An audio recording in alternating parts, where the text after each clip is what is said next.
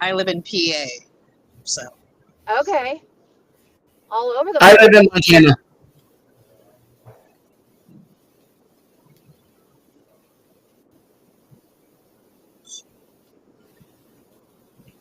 So now we're recording. Oh.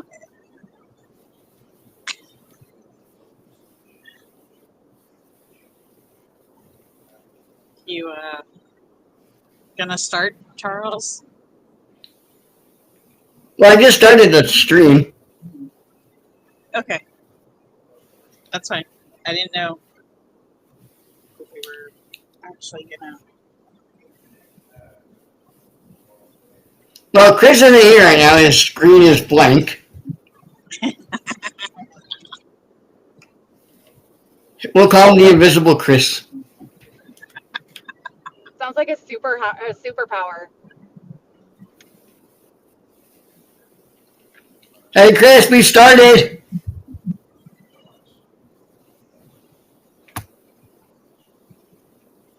Oh, I thought he would hear us.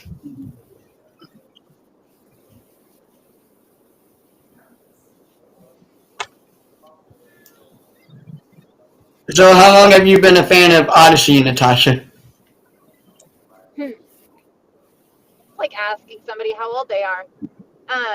I'm older than Odyssey, so its whole life. Really? Yeah, my now dad was not my dad at the time. He ended up adopting me, but he got my grandparents to get me to listen to the family portraits when I was 3. And so I've been listening since I was 3. Awesome. Chris. Did you see that, Bree? No. Chris poked his little head around at the camera. That sounds about right. Like something. Did you see that, Natasha? Or? I saw just a little something out of the corner of my eye. Yeah. Do you have a favorite episode? It's come on board at your own risk, Natasha. Listen, in Swedish, I think my last name means crazy, so it's fine. Oh yeah, Chris, we started, by the way. That's fine. I'm cooking my ground beef at the moment, so I'm going to be popping in and out. Yeah, we saw your little head. Is it too morbid to say that I have soon-to-be ground beef falling behind me?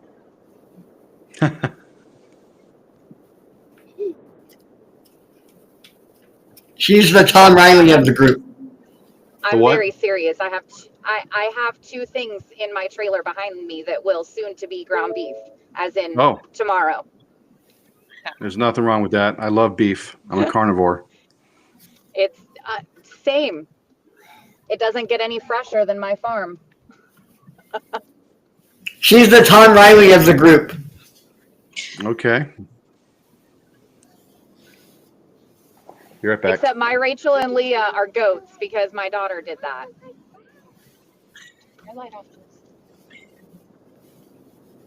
I'm guessing those are your kids talking right now? Hello. Yes, quiet, please. It's okay. We've had different kids come on the podcast anyways. Yeah, Stephanie has kids, I have kids, so you're... You're good. Yeah, they wanted to say bye to their animals, so they're with. I don't own a single animal on this farm. No, thank you. Excuse me?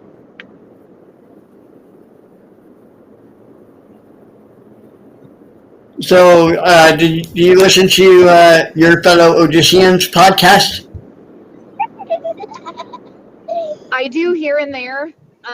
To be honest, I do not have that much spare time.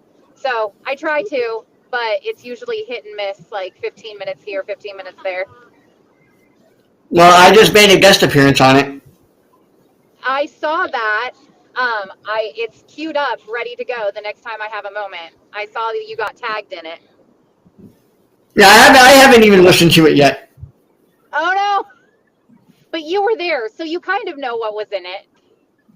Yeah, but he also did a little bit of editing to spice it up. Ooh. So we'll get to find out, like, if you said things you probably didn't want said the certain way. Basically, Chris is the only one that's listened to it. Stephanie, Brittany, and I haven't listened to it yet at all.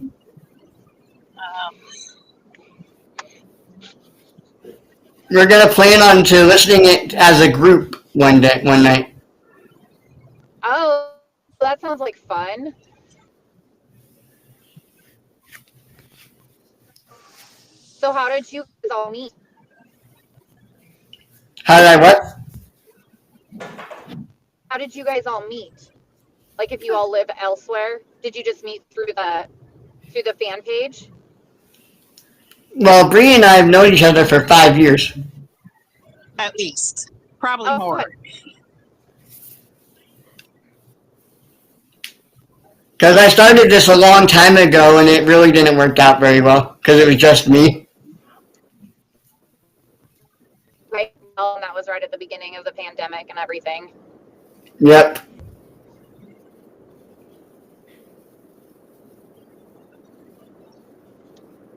And then I asked Bree to join, and then I asked Stephanie to join a couple months ago, actually, I think. You'll meet Stephanie one of these days. And Chris just pops in whenever. Whenever he's not cooking his ground beef. However, I will say when we say our Chris, we mean this Chris, not Chris Anthony. Yes, I kind of assumed, but we also all mean when we say our Chris, we mean Chris Anthony. Which, I'm back. Which our Chris misses all the interviews we do. Yeah, because I'm working every single time you have it.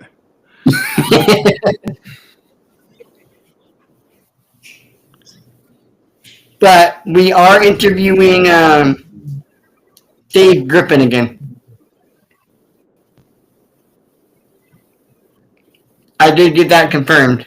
Well, that'll be interesting. So, Natasha, if you're free, I'll send you the time and date. Yeah. And Chris, you better be interesting free. Interview.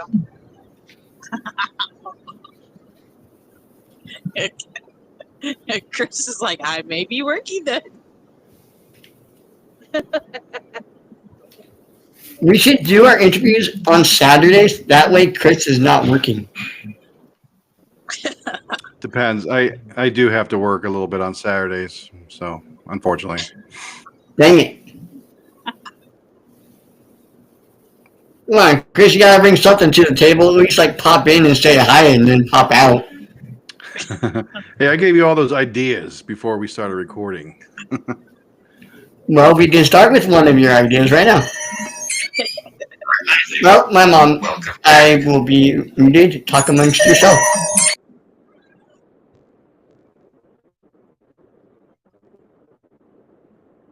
Wait, what's happening?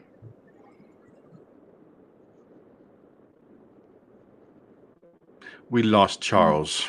I don't know. I'm just here for the ride. Well, that's just great. See, now he can't yell at me when I lose connection.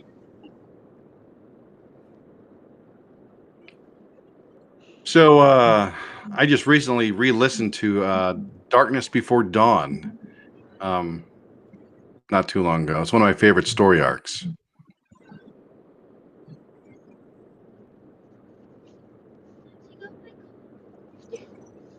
Okay, this is awkward, but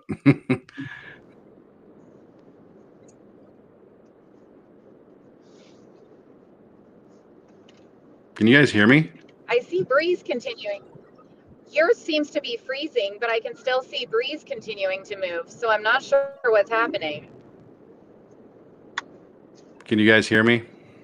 Yes, now I can. Okay. Sorry. Oh, Yeah. now you can? Okay. So you had said you just recently re-listened to which one? Darkness Before Dawn is one of my favorite story arcs. Yeah. Yes. I miss Dr. Blackguard. I know he's an evil antagonist, but you know what? He was a good evil guy. He portrayed the possibility of Satan on Earth really well. And Wow. okay.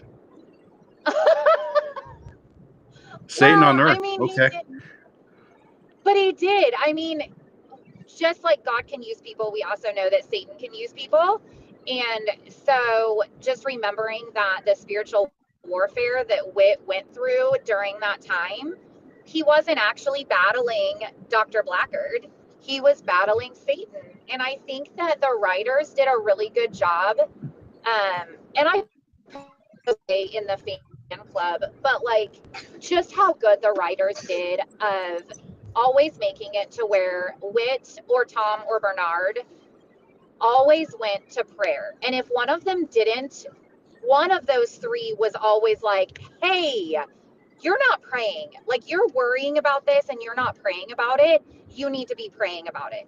And they did a really good job of always making it sure that they showed the humanness of us where we want to try and fix it ourselves and we worry, but that we should go to prayer first. And so reminding and also talked about how he wasn't battling Dr. Blackguard, he was battling Satan. And so I think the writers just did a really good job, especially for us at that age, but when it came out originally, because again, I listened to it growing up. I'm 3 years older than Odyssey itself. But then even for like my kids now, I appreciate the help in parenting in showing that aspect. Yeah. Just to add on to your point, as far as like definitely a spiritual war.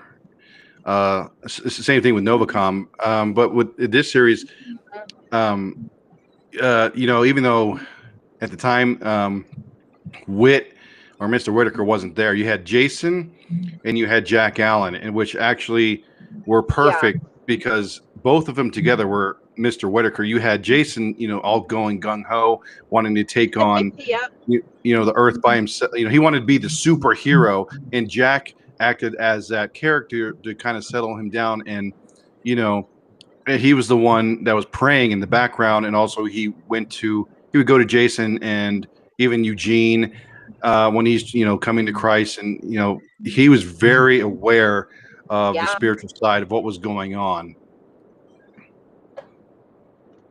Yeah. And I think that episode was hit more home for me anyway after the one grand party when Phil Lawler talked about how Will Ryan wasn't a believer when he filmed that or when he recorded that.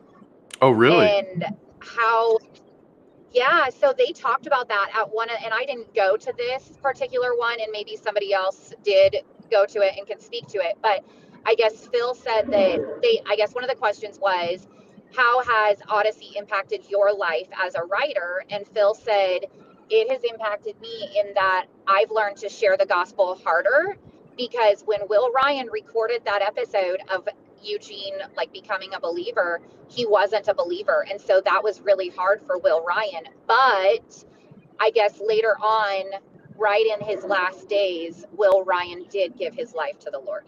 Praise God. Oh, wow. So he just recently gave his life before he passed? Yeah, according to Phil and the writers at that writer panel at the one grand party. Yeah, from my understanding, in like all the discussion that happened in some chats and in some after parties that happened afterwards that I went to, and then they talked about it in the fan club. Yeah, it was Wow. it was incredible to think about. Like, can you imagine going through those episodes and not being a believer and reading all of that? Yeah, but that's also just everyone has their own, will come to Christ in their own way, whether they or Yep. choose to accept Him or not.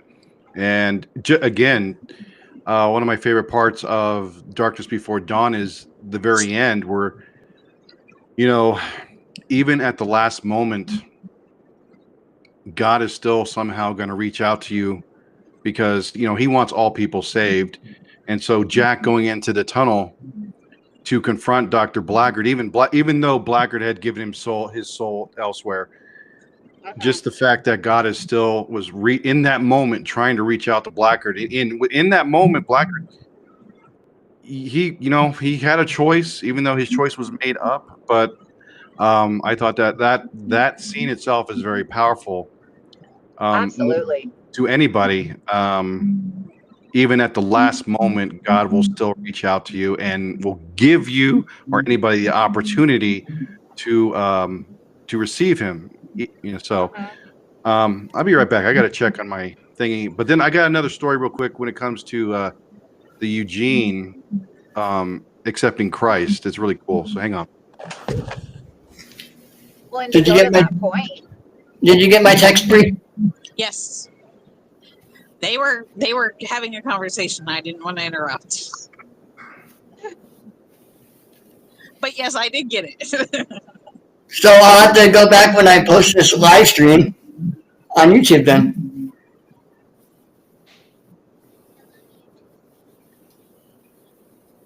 Are we talking about Chris's ideas that he mentioned to me? No, we were talking about Darkness Before Dawn and how they really have characters praying in the background and stuff, but you don't always think about in like Darkness Before Dawn. You think about it. I mean, you did with Castles and Cauldrons. That really dealt with spiritual warfare. At least in my opinion.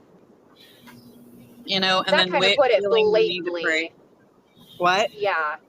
Castles and Cauldrons put it blatantly in your face. Whereas these other episodes with Blackguard, it was more a subtle thing of like what we go through in daily life.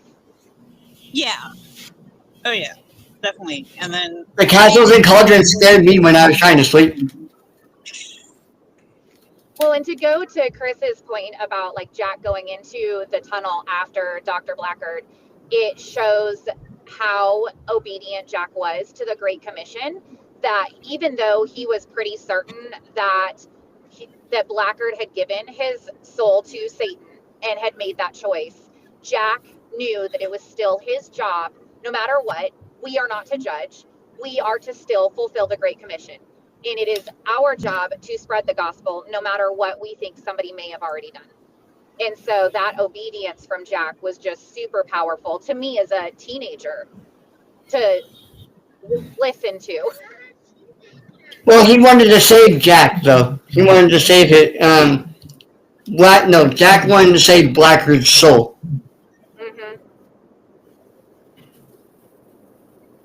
And stop him from doing all this. But he didn't listen. Nope. Yeah, so real quick to add on to that, the episode "The Time Has Come," which is right in the middle of the Darkness Before Dawn, that's one that always gets me for not so much Eugene accepting Christ, which is great, but it's the end where you get to hear Wit for the last time, and the way it makes me sad. It gets me really emotional. Because that's the last time you do hear Wit, the first rendition. I just stirred it up. It's just on the. Okay. Anyway, point is, in that episode, I think it was a year or two after that album came out, I ended up in Colorado Springs on a road trip, and I actually went to focus on the family. Now, at the time, they didn't have Wits End like they do today. They had, if they did, it was very small and basically nothing. But I do remember meeting with Paul McCusker and some of the creators, and we were in this room with a number of people. And I remember one of the stories that I remember them talking about is there was a truck driver. I don't know his name. He had been a truck driver for most of his life, but he had been listening. He was introduced to Adventures in Odyssey. So he was aware of it. He knew what it was. And he had been listening to Odyssey from the beginning up to that point. And he was listening to Darkness Before Dawn, and he was listening to it as he's driving his truck, cross country. And he gets to the episode, The Time Has Come. Once the episode is finished, that truck driver, he's a non-believer at the time. I guess the story and Eugene's arc and how was so had a profound impact on himself that he said after that episode was over, that he pulled over to the side of the road and gave his life to Christ that moment. Isn't that cool? No way. I love that. That's amazing. Yeah, that's awesome. Woo. I know, that was pretty cool.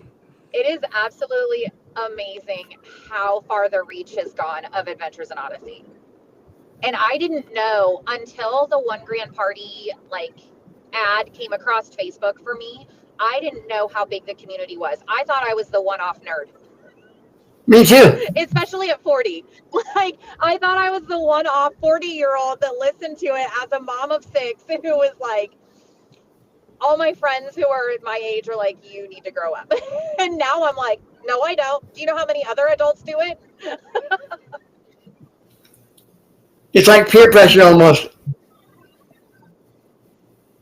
Yeah, I've listened to it. I've listened to Odyssey for most of my life. I don't listen to the new stuff as much anymore for reasons. Even though I am curious to listen to the newest album because it's getting a lot of hot discussion recently when I've been reading some stuff on the fan club page. But I listen to a lot of the album 50s and below.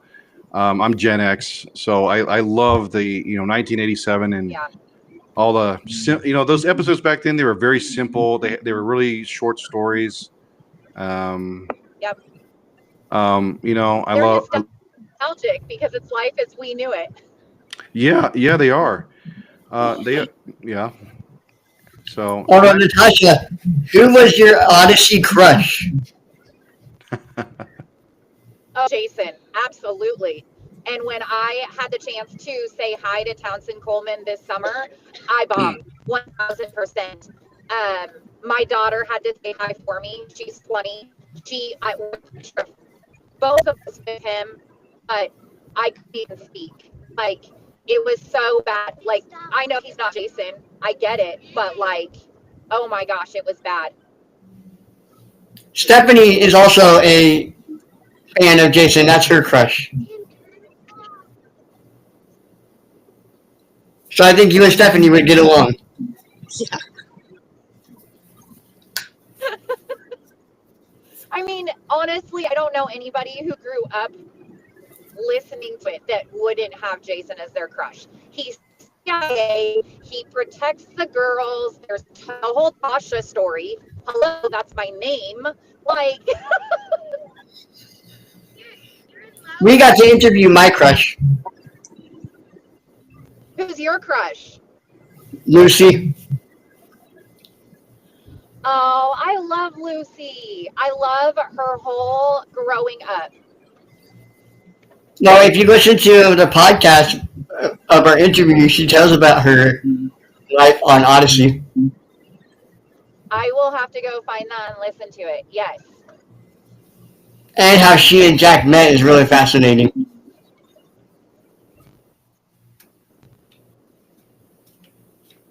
That'll be fun to listen to. Speaking of Lucy, I think I brought this up before. We had, or at least me and Stephanie had discussed of, how they have Marvel TV show has the what if type of scenario as far as the Marvel Cinematic Universe is concerned, if you're familiar with that. I was thinking, like, Lucy is one of my favorite characters, and I love her story and what she's been through, till she was not on the show anymore. But I always wondered, like, again, listening to Darkness Before Dawn, I always wondered, and it never happened, but in my brain, I always think, what if, like, Lucy and one of my other favorite characters, Richard Maxwell, if they had actually ended up together, like, via series as characters, what would that be like? Because they have a history going way back, to album 5 of, when Richard was doing his thing for Blackguard and, he was using Lucy. But then, like, they, in between there, they still have some history episodes where he's coming back and asking for forgiveness. He's changing his ways. Lucy finally forgave him, and they have a history. I always thought that they would make a really good couple, but now Odyssey never did anything with that. But that's just like something I've always wondered. Some things I've always wondered about.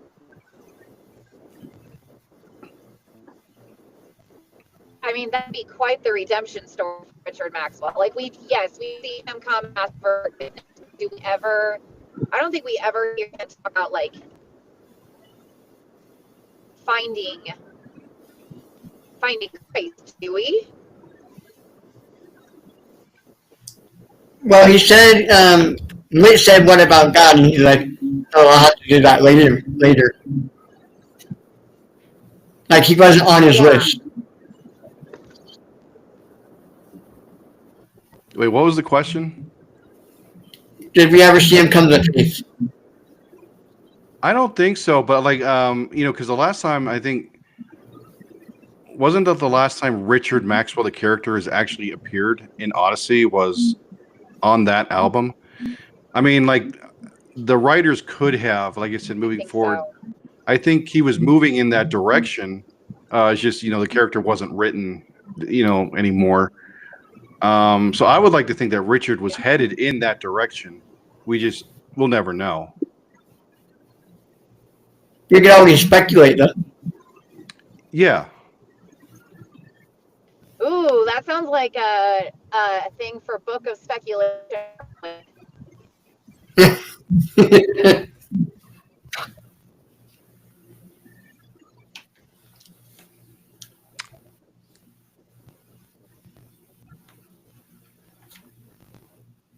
Oh.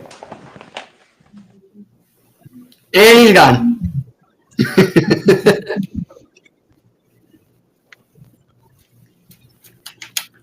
Yeah, so let me know I'm not ending it, but let me know what you think about my interview, because I haven't listened to it. Yeah. I'm planning to someday, but I don't know when that someday is.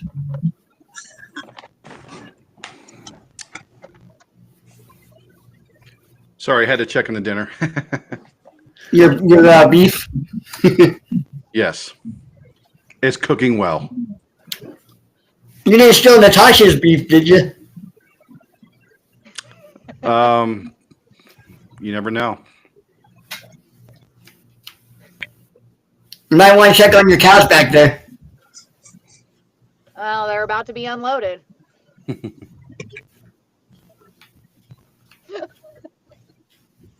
This is going to need like a rating of PG-14, people without weak stomachs. Sorry. I was also thinking kind of not stealing this idea from Daniel, but maybe do a ranked episode with it. A what episode? A ranked episode, like rank our favorite episodes of Odyssey from 1 to 5 or A to B or C. That's tough. You might have to break it down like in eras, maybe. I don't know. Or when we take volume. Actually, you know what? 1 through 10. What's your favorite? 5 favorites or whatever. I'll tell you right now, My ultimate favorite is the Case of the Secret Room. That's my ultimate favorite. Yes. Whitaker. So, and I'll tell you why. I mean, I know we'll discuss this later, but Case of the Secret Room was the first, like the absolute very first Odyssey episode I ever listened to on cassette tape via going into Chick-fil-A. You remember that? I don't remember what my first episode was. I don't remember if I told Daniel or not. Did you ever, Natasha? Did you ever? Y'all talk about this Chick-fil-A thing. I didn't know Chick-fil-A was a thing until 2012. Wow. Nebraska did not get a Chick-fil-A until 2017. Dang. I think Nebraska's first Chick-fil-A was 2017. Wow. Yeah, we have a. So I'm currently in Utah, and we have a ton here in the Valley. But I'm from the East Coast, so we had Chick-fil-A there was quite a bit on the East Coast at the time. But it was like instead of Happy Meal. I'll be back. Do what? Oh, instead of Happy Meal toys, we got a cassette tape, and it was Odyssey, and that was the first episode I ever listened to, and I fell in love with it because it was like I love music, right? But I never heard anything like radio drama, and I was like, "This is awesome!" And then I don't know how many cassette tapes at the time they sold. I think there was like 10, and we collected all of them. That's my favorite. I actually just listened to that last night. I listen to that quite often. Case of the Secret Room. Why? Because it's scary and I like it. It is scary. It does. It has scary vibes to it. Think about that as a little kid, and you're listening to this episode, and there's this back door in the basement that's discovered, and there's a skeleton of a man in there. I'm like, what? Odyssey is gone dark, people. It is a very dark show now. Although I was kind of disappointed though for the 1000th episode. Not gonna lie. Yeah, so was I. I voiced my opinion on the spoilers page very politely. I could have gone off R-rated, but I didn't. I did it very professionally, very politely. I have issues with that episode. I listened to both of them, the parts 1 and 2, for that reason, and I was very disappointed. They didn't. I think the live episode should have been the 1001 episode. It could have been. Which is releasing in January, so well, Phil, I think it was Phil. I read in one of the comments said they had no ambition for anything special for the 1000th episode, and that kind of made me a little upset because I was like, well, I don't know. I mean, look, they can do what they want to do, but a 1000th episode is a huge milestone, and I'm like, it didn't feel that way. And I'm not a fan, and it's just me. I don't know if you guys are. I'm not a fan of the Rydell storyline at all. I do not like them. I just don't. They drive me crazy. Especially his voice. I don't know what's wrong with his voice, but his voice does not work for me. So, and I said, look, nothing against the voice actors. Look, they're doing their job. They do a great job. I just don't like the characters. I don't like the story. I think I'm gonna stop there, just in case somebody at Focus is listening. You guys are great. Go for it, though. What? Go for it. That's why they have podcasts out there to voice their opinions. I just want to remain respectful. I was disappointed. I thought, and like I said, when it comes to the whole, and look, that's another thing. We could do a whole podcast on the Rydell saga and everything. I'm not a fan. I'm just gonna leave it there. I'm not a fan. I just don't like the new episode. It didn't click with me. It didn't make really any sense. That, and like I said earlier, I've seen a lot of comments regarding the Buck story as it continues and what's happening there. and I'm very surprised that Focus has chosen to do what they've done. I think my biggest problem with that is, and this is the problem with having a 6-episode album only. Like, if they're going to do something, a story like to that degree, they need to go back to the 12-episode album, because if we're left hanging, because there's a lot of people who've been upset about those episodes. Some people like them. I know I've read some harsh comments, but we don't know. I've also seen some of the writers saying, look, there's more to come regarding that story, but it'd be nice if we had the 12 episodes to actually include that story in a way to be like, okay, so now I know why they wrote it this way, because it ended up like this way. I don't know. I'm not the writers, but well, that's what Nathan Hooper said when we interviewed him, that there was more to come. Yeah, and that's great. The only problem Well, one is of the like, things. go ahead. Sorry, one of the things I've had to remember with this, because like, I don't know if you guys saw it, but in the spoilers page, I said like I was raised by Micah's mom. She raised me to be Micah because I knew I had to be Micah or else. And I hate that time of my life because of what I did and how I acted. And I tried to not do most of those things. But now I'm raising a buck/chase, right? And so what I had to remember is that I don't remember if it's called that you is all Got a little banjo going on. Ding, ding, ding, ding, ding. Did I lose you? Your connection was going in and out. It was very hard to hear you. Sorry. Probably as I'm leaving Podunk Town. Just remembering that the writers will always try to bring it back to where evil doesn't win, because ultimately, according to the gospel, evil doesn't win. Sometimes in our lives, evil wins, right? Like when we're thinking about it that way. But so I have mixed reviews on those episodes, mostly because it pulls at my heartstrings. But I have to remember that there's probably more to come and that evil won't ultimately win.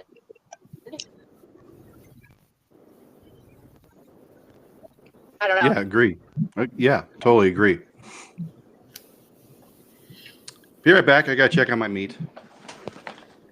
Again? That sounded terrible. Well, don't make it sound terrible. We're live on YouTube. Okay, back to the case of the secret room. That was one of my favorite episodes, and I feel so bad for these moms who are having to like watch it or listen to it with their kids and help their kids through that, because that was one of my favorite episodes. But I'm from Chris's generation, right? Like, we're the old generation where we were scarred from Unsolved Mysteries and Rescue 911. So Case of a Secret Room was like mild compared to what we're used to. We listened to Unshackled to fall asleep at night, for crying out loud. Yes, Unshackled, yes. So the Case of the Secret Room was nothing compared to what we listened to every night. I love to listen to Unshackled. I do too. It's such a good radio broadcast. I know one of the people on Unshackled. Yeah. I know this whole story because he was at my church preaching. Awesome. Chris, we can hear you clanking your meat in the background.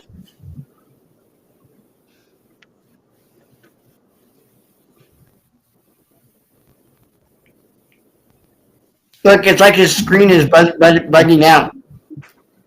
Yeah. It's because it's an AI screen.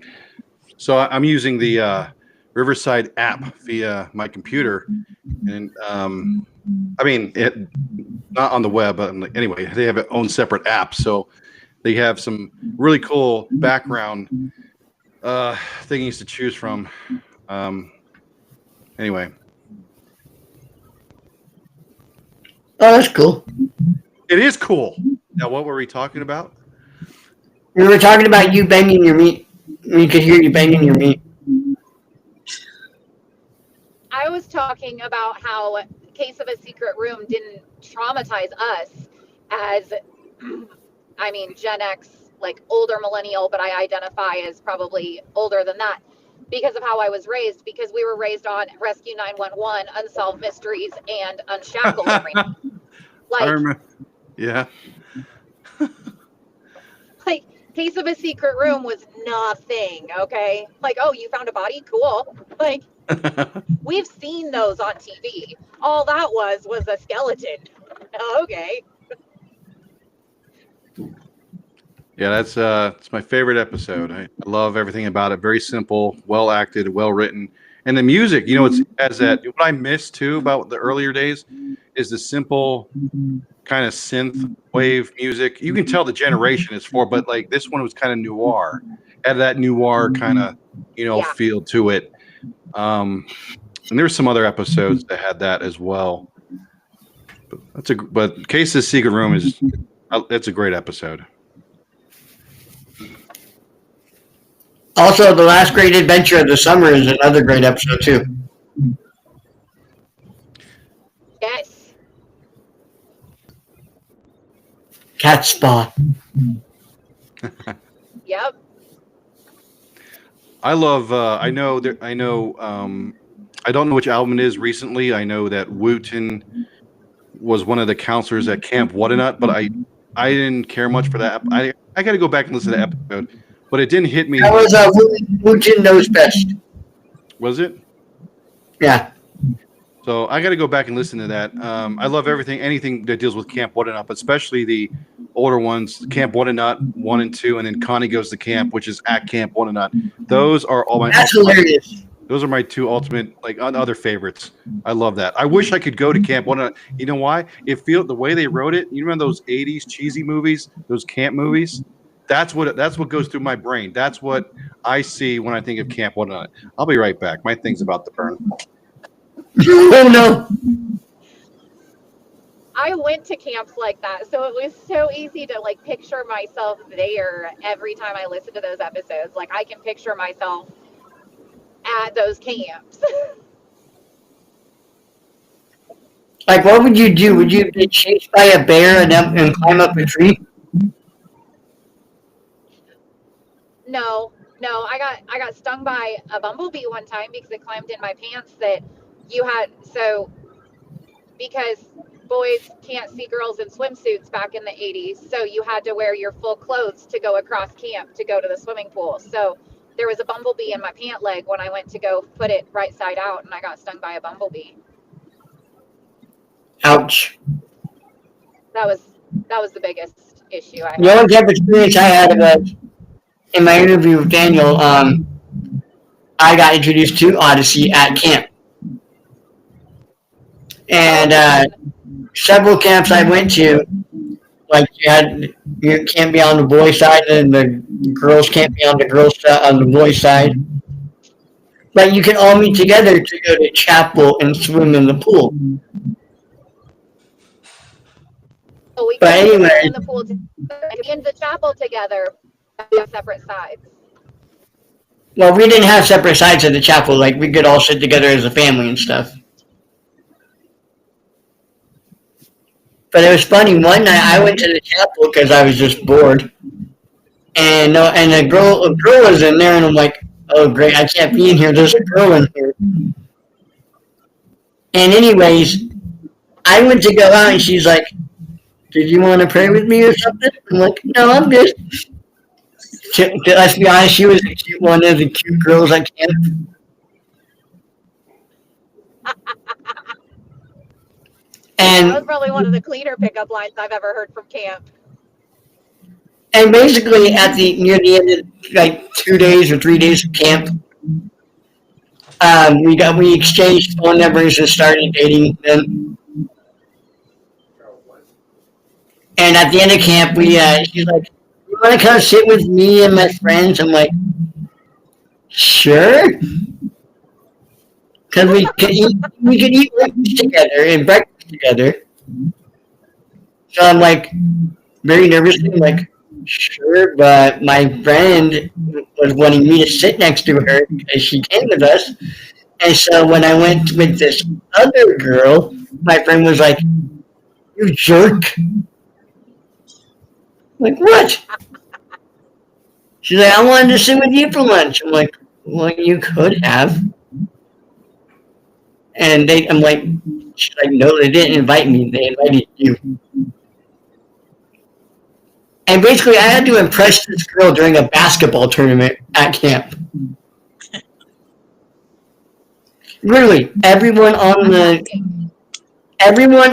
sidelines was cheering for me to come in the game. They're like, "Put him in, put him in." And so when I finally got put in, this girl heard about it. She got her phone out and started filming me. And that's when I embarrassed myself. I only made 5 points the whole game. Hey, that's 5 points more than what some people make. And then the girl's like, "Oh, that's okay. You tried your best. Do you want a hug?" Aw. Hi there. Welcome back. Sorry, that was my notification.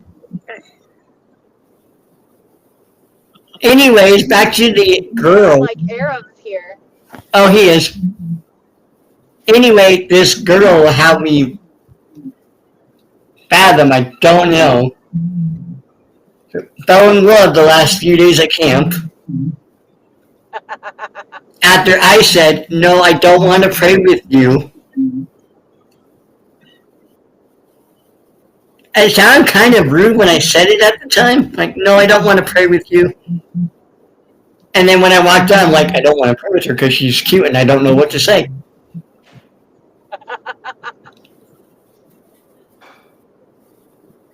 I wish I still had her picture.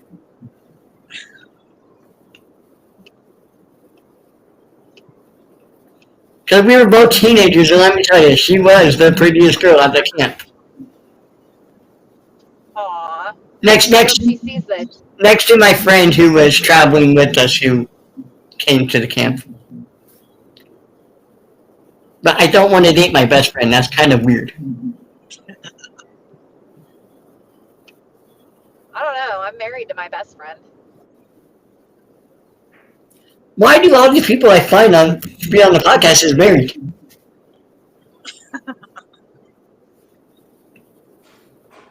I don't know. I'm the only single guy here.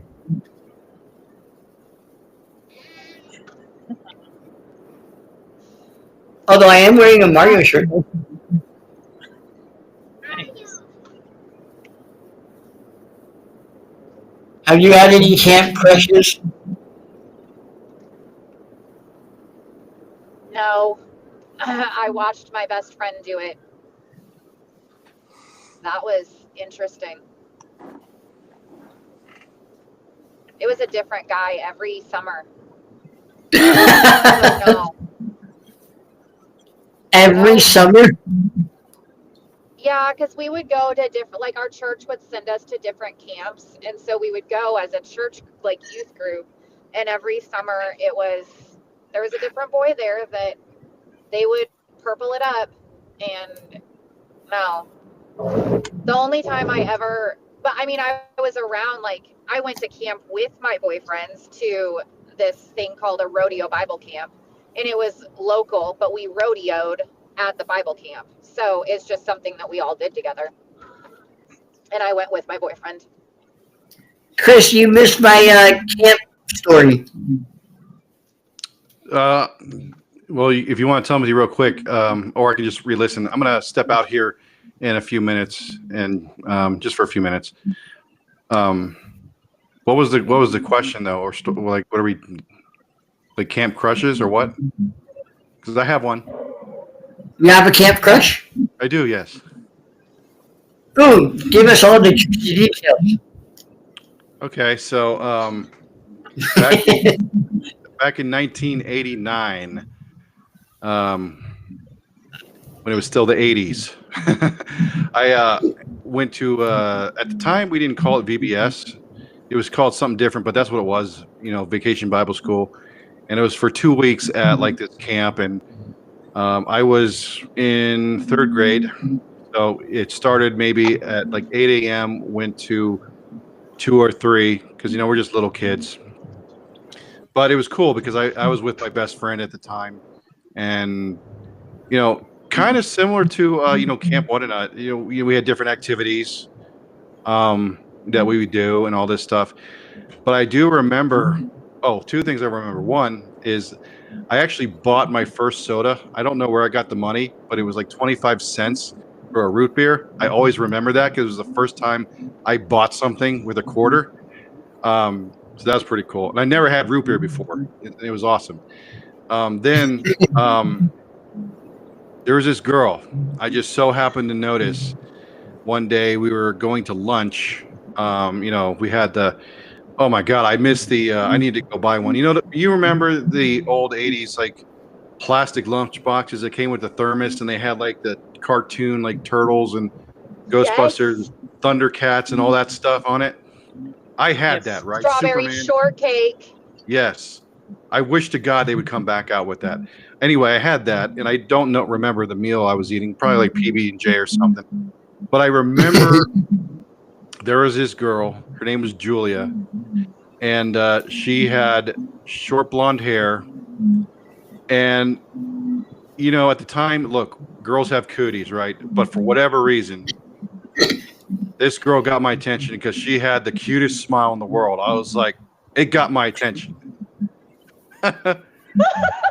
And you know, every day I would, Obviously, you remember her haircut. yeah, it was short blonde, kind of short blonde down to here.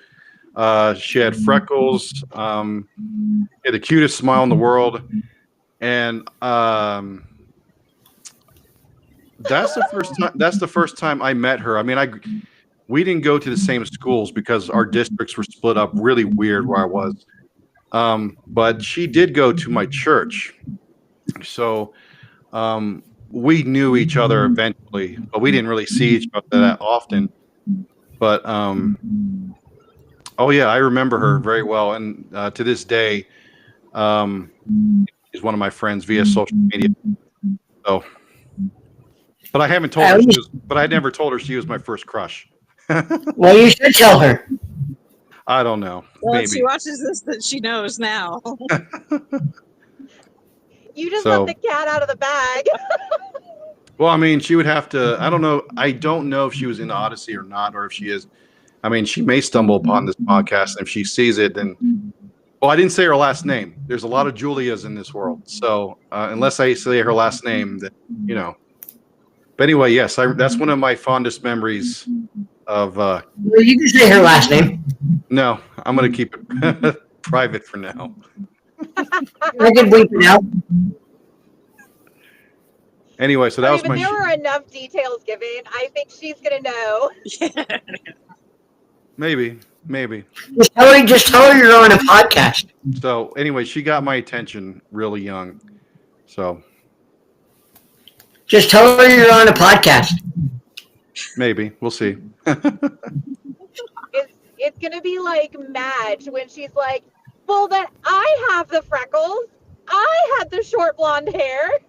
She's gonna know it was her. What about you, Bree? I didn't go to camp. I always got homesick.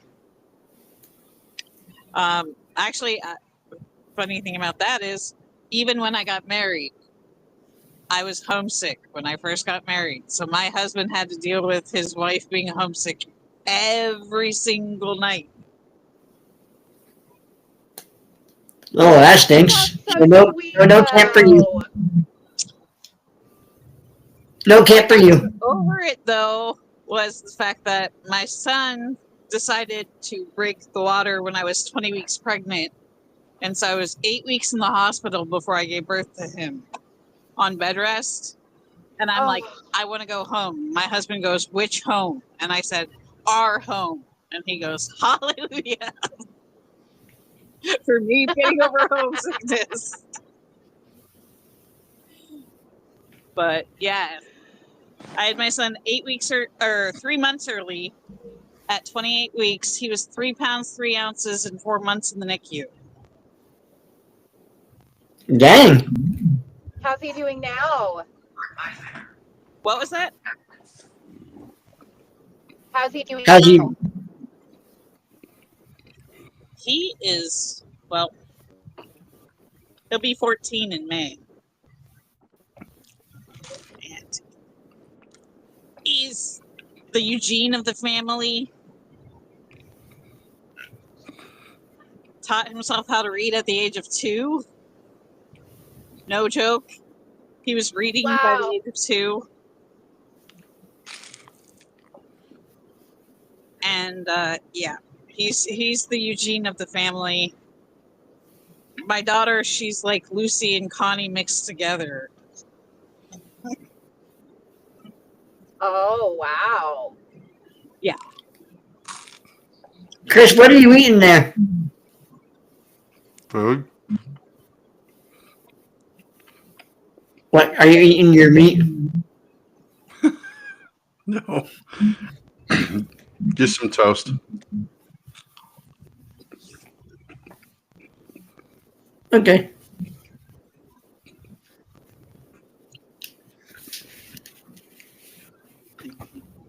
So we've all had camp experiences besides Bree. I had an experience, just not a camp experience. We're good. We had a camp experience at the hospital. Hey, I listen to Odyssey every night, so the nurses knew, you know, they learned about the characters and stuff. So I bet if you go back, you'll be like, so do you remember this character in the show?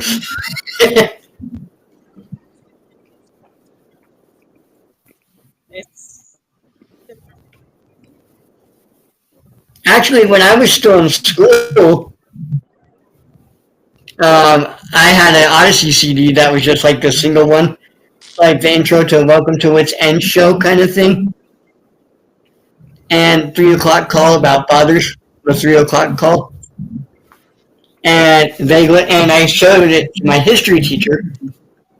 It was a public school, so it wasn't very Christian. So I gave it to him, and his class listened to it while they were taking a test. And their favorite episode, he asked the whole class what their favorite episode was, and it was the one about fathers. And so he said that I made that impact on his class. nice. So even in a non-Christian school, Odyssey can still have an impact. Oh, absolutely. Which I was afraid to give it to him because I didn't know if that was allowed, because it was a Christian CD. I But think Odyssey can go ahead. but apparently it was okay because some of the classmates actually accepted God. Yeah. I think Odyssey can impact you even as an adult and listening to it for years and years, and pretty much from the beginning you listen to it, and then because I think it really depends on the different seasons in your life that you go through, the different experiences, and then you hear like an older episode and you're like, man, I can relate to that now better, differently. And it's like for some of us that have kids, maybe we can relate to Mary and George Barkley a little bit better. Dale Jacobs and his wife, You know, the parents of Odyssey that we couldn't necessarily when we didn't have kids or when we were younger. So I think it's different seasons of our life. We Odyssey can affect us differently and in different ways and different episodes affect us. Yeah. Chris, what happened to your studio?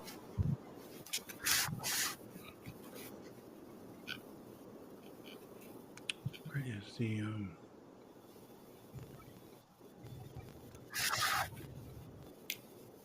Do you live far from home there, Natasha?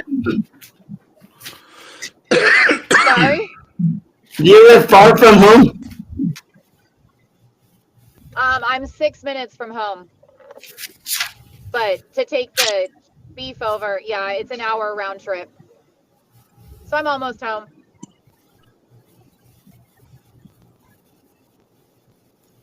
I don't know if you can see it, but on my TV, that's the Odyssey Adventure app. On my TV Okay. from my other computer that I have. I can broadcast it to my TV. I am not that tech savvy. Oh, and my Odyssey poster. I do have those. Oh, you do? Yeah, I have a few of those that I got, and then with all of my stuff that I got from the one grand party, I got a giant shadow box and created like a shadow box case for all of our tickets and all the things that we got, like all of our trading cards and whatnot. So it's all in a shadow box just to not be ruined. How was that? How was the one grand party? How was your experience? Surreal. Again, I did not know that there was like all of these things that happened. So I grew up listening to Odyssey only via the radio, or if we had cassettes, it was because my mom's friends worked at the radio station and they gave us all the cassettes the that Focus sent the radio station to play on the radio. So we got the cassettes that were for radio broadcast only. And that's how I listened to it growing up. So I didn't know about, like, I guess there was a cruise and a few of these other live things that they did. I didn't know about these. So this one was surreal to me that this has been going on. And so to meet all of you guys, obviously I didn't meet you guys, but to meet as many as I did of fellow Odyssey lovers, and enthusiasts, and just to see the impact that it's made for different generations. And then listening to Chris say, "Hi, this is Chris," in person at the experience I cried. And watching John Campbell play the intro music live, I was like, my kids kept going, "Mom, mom, mom," like trying to get my attention. I was like, "Stop." Like, you don't exist right now. Like, I am watching this. Like, my teenagers even were like, to my younger ones, they were like, "Guys, stop. We're here for mom. You know this. Like, this is the vacation for mom. We're not here for us. This is a vacation for mom." So, like, I was like, "Oh my gosh, I'm watching him play the intro music live." Wait, he played it live? Yeah, he was on stage playing the intro music live while on screen it panned throughout that, you know how they created that map. So they panned throughout that map that they created, showing us different parts of town and showing us different characters and different things of Odyssey. Like, interesting. And I believe he did comment to go back to it again, but I'm pretty sure he said the original intro music and then play it as it has changed throughout the generations.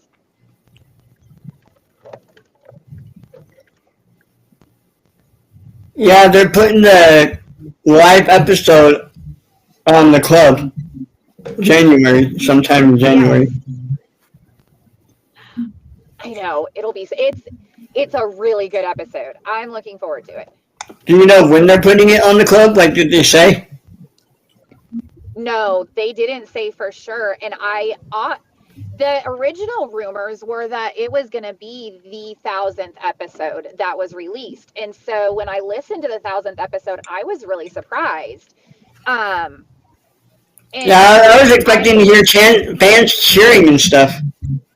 Well, and I'm the one odd person that I do not mind the 1000th episode, simply because, like it was stated in one of the things, like it doesn't bother me because they did the giant thing for the 1000th. But I can understand the disappointment.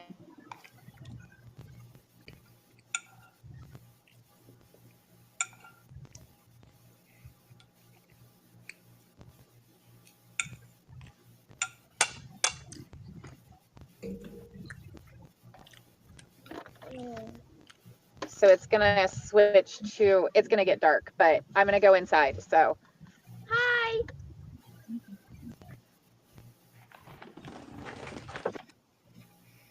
Chris, you good over there?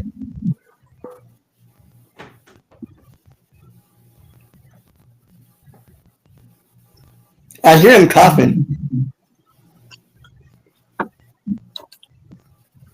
Chris, you good?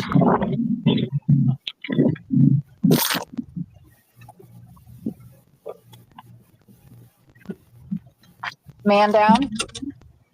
I think we got a man down.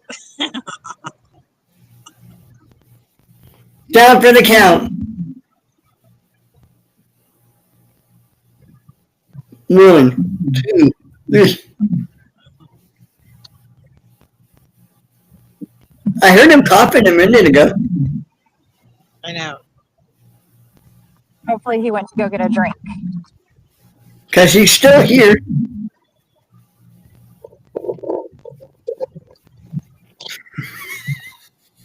I'm hearing weird sounds over there.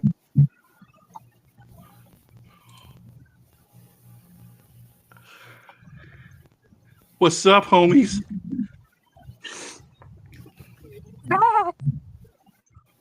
Oh, you're back. What happened to your original layout? Oh, I accidentally hit the. I meant to hit the camera button on here, and I hit the leave button, so it like logged me out completely, and I can't. While you're recording, I can't change anything. That's why. Oh man. So that's okay. We did not talk about you when you were gone, though. Oh, I was listening. I was, politely eating behind the scenes, but I was listening to you guys. Yeah, we weren't talking about you while you were gone, except we heard you coughing and you didn't say anything, so.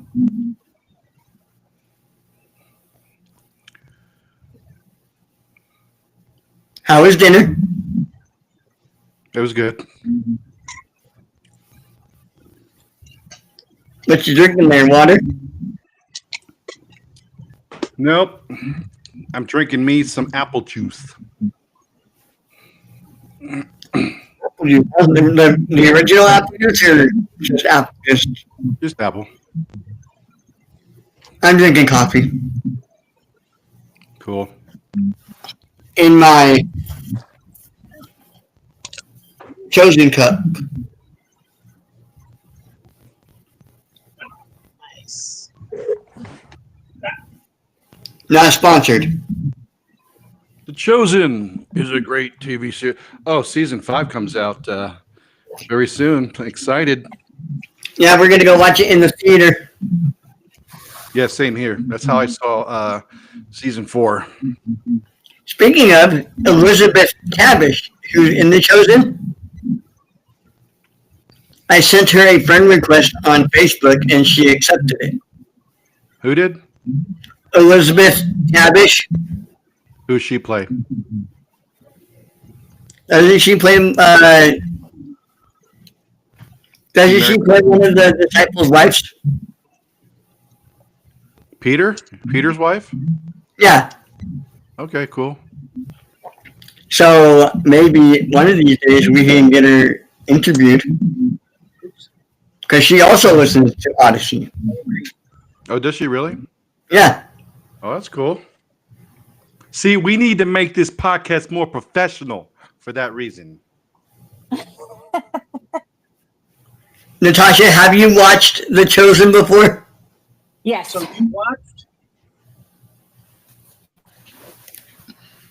Well, we were going to make a podcast out of it, Okay. but we haven't got that underway yet. That would be fun. Because we're doing this podcast, and Chris, if you want to be the host of that podcast, you can. I don't know. Maybe we'll see. Because I'm the host of this, and you can be the host of the other one. Like, you can make a whole new YouTube channel for us and everything. Yeah. When it comes to The Chosen, though, I think I don't know. I think how I would start is literally with even myself. I'm gonna have to go back and watch episode 1, and just I guess discuss episode by episode. Really, kind of like they do. They started on season 2, like the Chosen. What do they call it? The round table. They're chosen. Yeah, the round table. Yeah, where they're discussing each episode and certain aspects of it and all that. I'll think about it. They go in deep, though, when they talk about it, though. They do, yeah.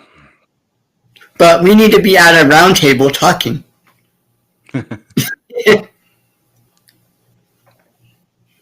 Natasha, do you have a favorite character in The Chosen?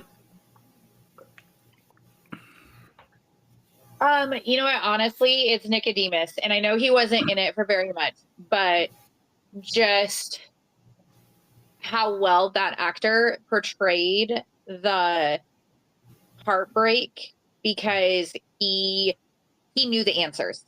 He wasn't asking because he didn't know the answers, and Jesus made it very clear, like, you teach this stuff, how do you not know the answers, right? But just the heartbreak of, like, I know the answers, but my heart can't be there.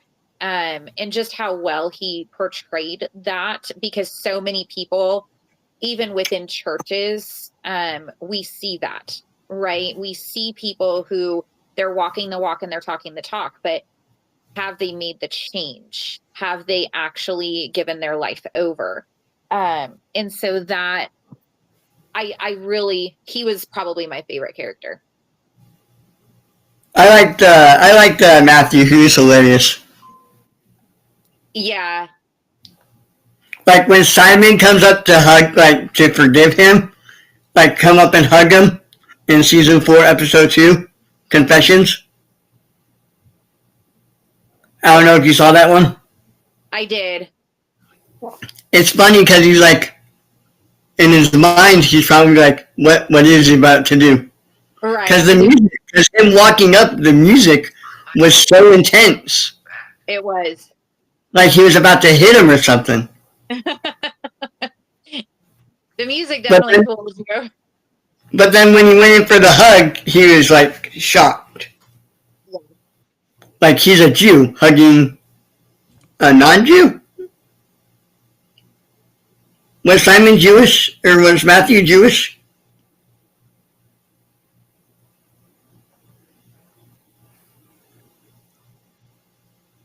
I think he was, wasn't he? Because he was a tax collector. He collected the taxes. Yeah, he was a tax collector for the Romans, but I think he was a Jewish tax collector, which is why he was ultra hated, because he was betraying his own people. And that's why his mother and father didn't want, well, his father didn't want him as a son. Like, you are no longer my son.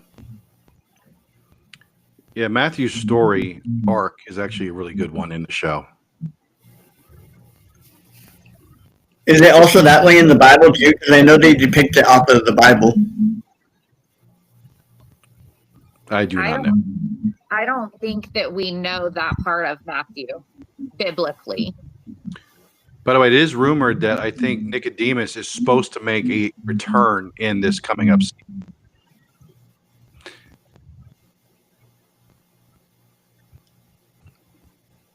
He muted so she could think.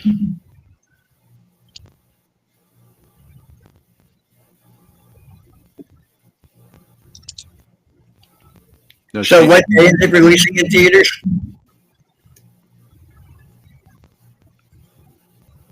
as far as I know, they are here. I think it's You know select what- theaters if the theater is willing to put it on. Are you going to see it in theaters, Natasha? They won't have it. The one down here won't put it on, and we just don't travel that far to go do it. So we'll wait till we can see it on, I think, Angel Studios, because my husband's a sponsor for them or whatever. Yeah, their new app. Yeah. Yeah, it's on in our theaters here. They put on season 3, season 4. Yeah, they put on season 4 down here in our little tiny theater. Like our closest 2 towns are 3,000 people. Well, no, our closest town is 150 people. The next 2 towns are 3,000 people. And the only one of them has a theater. And they put in season 4, but I haven't seen that they're putting in season 5. So I don't know if not enough people have asked for it or if they just haven't announced it yet. So Because I'm thinking maybe we should do a watch party of season 1, season 2, 3, 4, and 5 when we have the podcast. oh my goodness, how many hours is that? Well, we won't do every single season. We won't do all of season 1 in one day. Okay. I thought you were talking like binge watching. Because I'm trying to get permission from Dallas himself to see if we can pause it and then play it, talk about it and then play it again. Pause it, talk about it, play it again. Right. Oh yeah, you guys are you're familiar with Passion of the Christ, correct? Yes. Yeah. Did you hear that Mel Gibson is going to start shooting Resurrection of the Christ very soon? That's amazing. Are they using Jim Caviezel? Yes. So Jim Caviezel's coming back now. He has grown up a little bit, right? So they're going to use some of that de-aging technology. So it's kind of, not as old. Nebraska is doing a Right to Life walk on February 1st. And on January 31st, there's a Right to Life gala, and Jim Caviezel is the speaker. So I get to go meet him. Oh, that's awesome. So, Oh, you lucky duck. yeah. Oh my goodness. Jim Caviezel's doing that, and he's going to be in a new movie. This is exciting. 2 birds, 1 stone. So, Do you remember the series Life at the Pond? No. It's about creatures who learn about everyday lives by Charlie Richards. Mm-mm. He wrote Fair Weather Pants on Odyssey. Oh, okay. And we're going to have him on the podcast sometime in the future. Very cool. But I also did get permission from, I don't know if you've seen it yet, called The Best Christmas Pageant Ever. About the Herdmans. I think so, yeah. The new one. Yeah. it's a good one. The Imogene, the girl who played Imogene. Okay. The actor, I got her mom's permission because she's 14 or 15. I got her mom's permission to be interviewed on a podcast Very cool. because she's still 15. She's still a teenager, Yeah. and it'd be very weird if all 4 adults talking to a 15-year-old. But I did get her mom's permission to have her be interviewed on the Chosen podcast. even though she wasn't in The Chosen, but we could tie the best Christmas pageant ever to The Chosen. Because some of the actors are on the show, are on the best Christmas pageant ever. Bridget Snyder, that's who it is. Okay. But anyways, back to Odyssey. We kind of turned this into a Chosen podcast.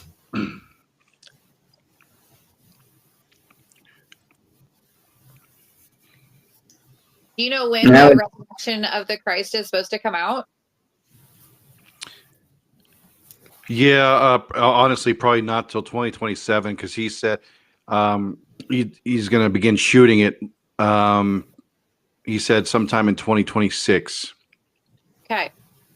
The script is written. If you listen to podcasts or Mel Gibson's actually been all over social media recently. But he had an interview with Joe Rogan not too long ago. So you can find it on YouTube or Spotify and listen to, and they discuss a lot more than just that, but they discuss the passion. And then he brings up, he asks him about the sequel, and Mel Gibson actually gives him, the what they've done so far as the writing and what the story may be, and it's crazy. I don't know how he's going to pull it off, but it's there's a lot more than just the resurrection. He's going to try to attempt to show the spiritual side, the side that we don't see. He goes and talks about that, but it's ultimately, and then of course you have the resurrection, but then you have, post-resurrection. He said, I think he wants to have it go to, I forgot where he said he wants the movie to end.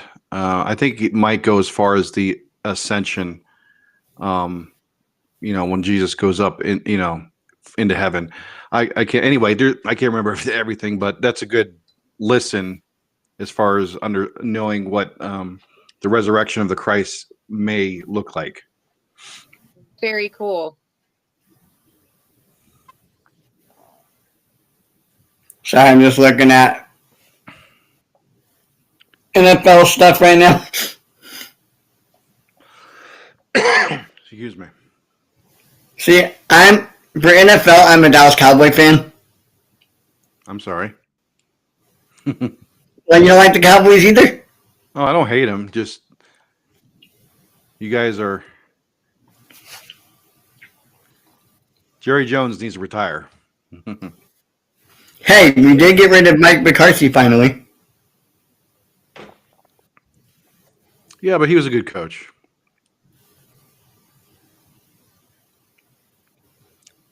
Speaking of that, there were some football episodes in Odyssey. Yeah, there's some baseball episodes.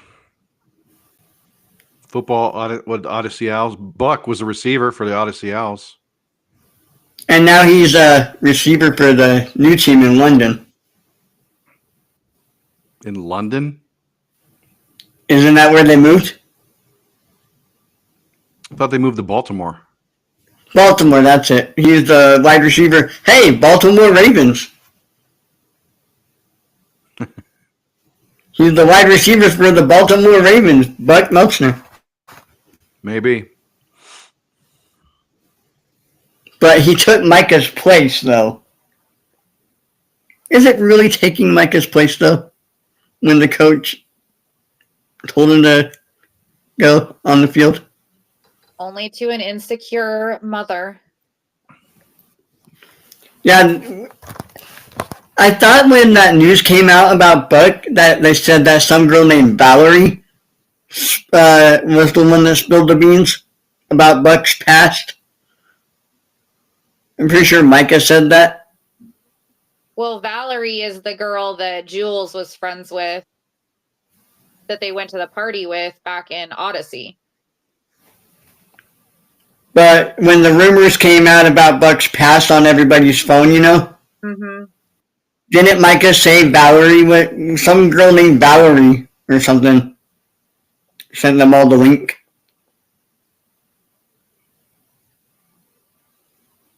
I don't remember that, but And I don't think Mr. Skint would release all of that. But then again, how would he get Buck's phone number? oh, he has his ways. Also, isn't Mr. Skint dead though? I don't think so. When did that Who happen? did Penny? Who did Penny testify in court? That was Dr. Trask. Oh, Dr. Trask was the one that died. Yeah. Bree had to go. She'll be back on later. But I for sure thought it was Mr. Skint.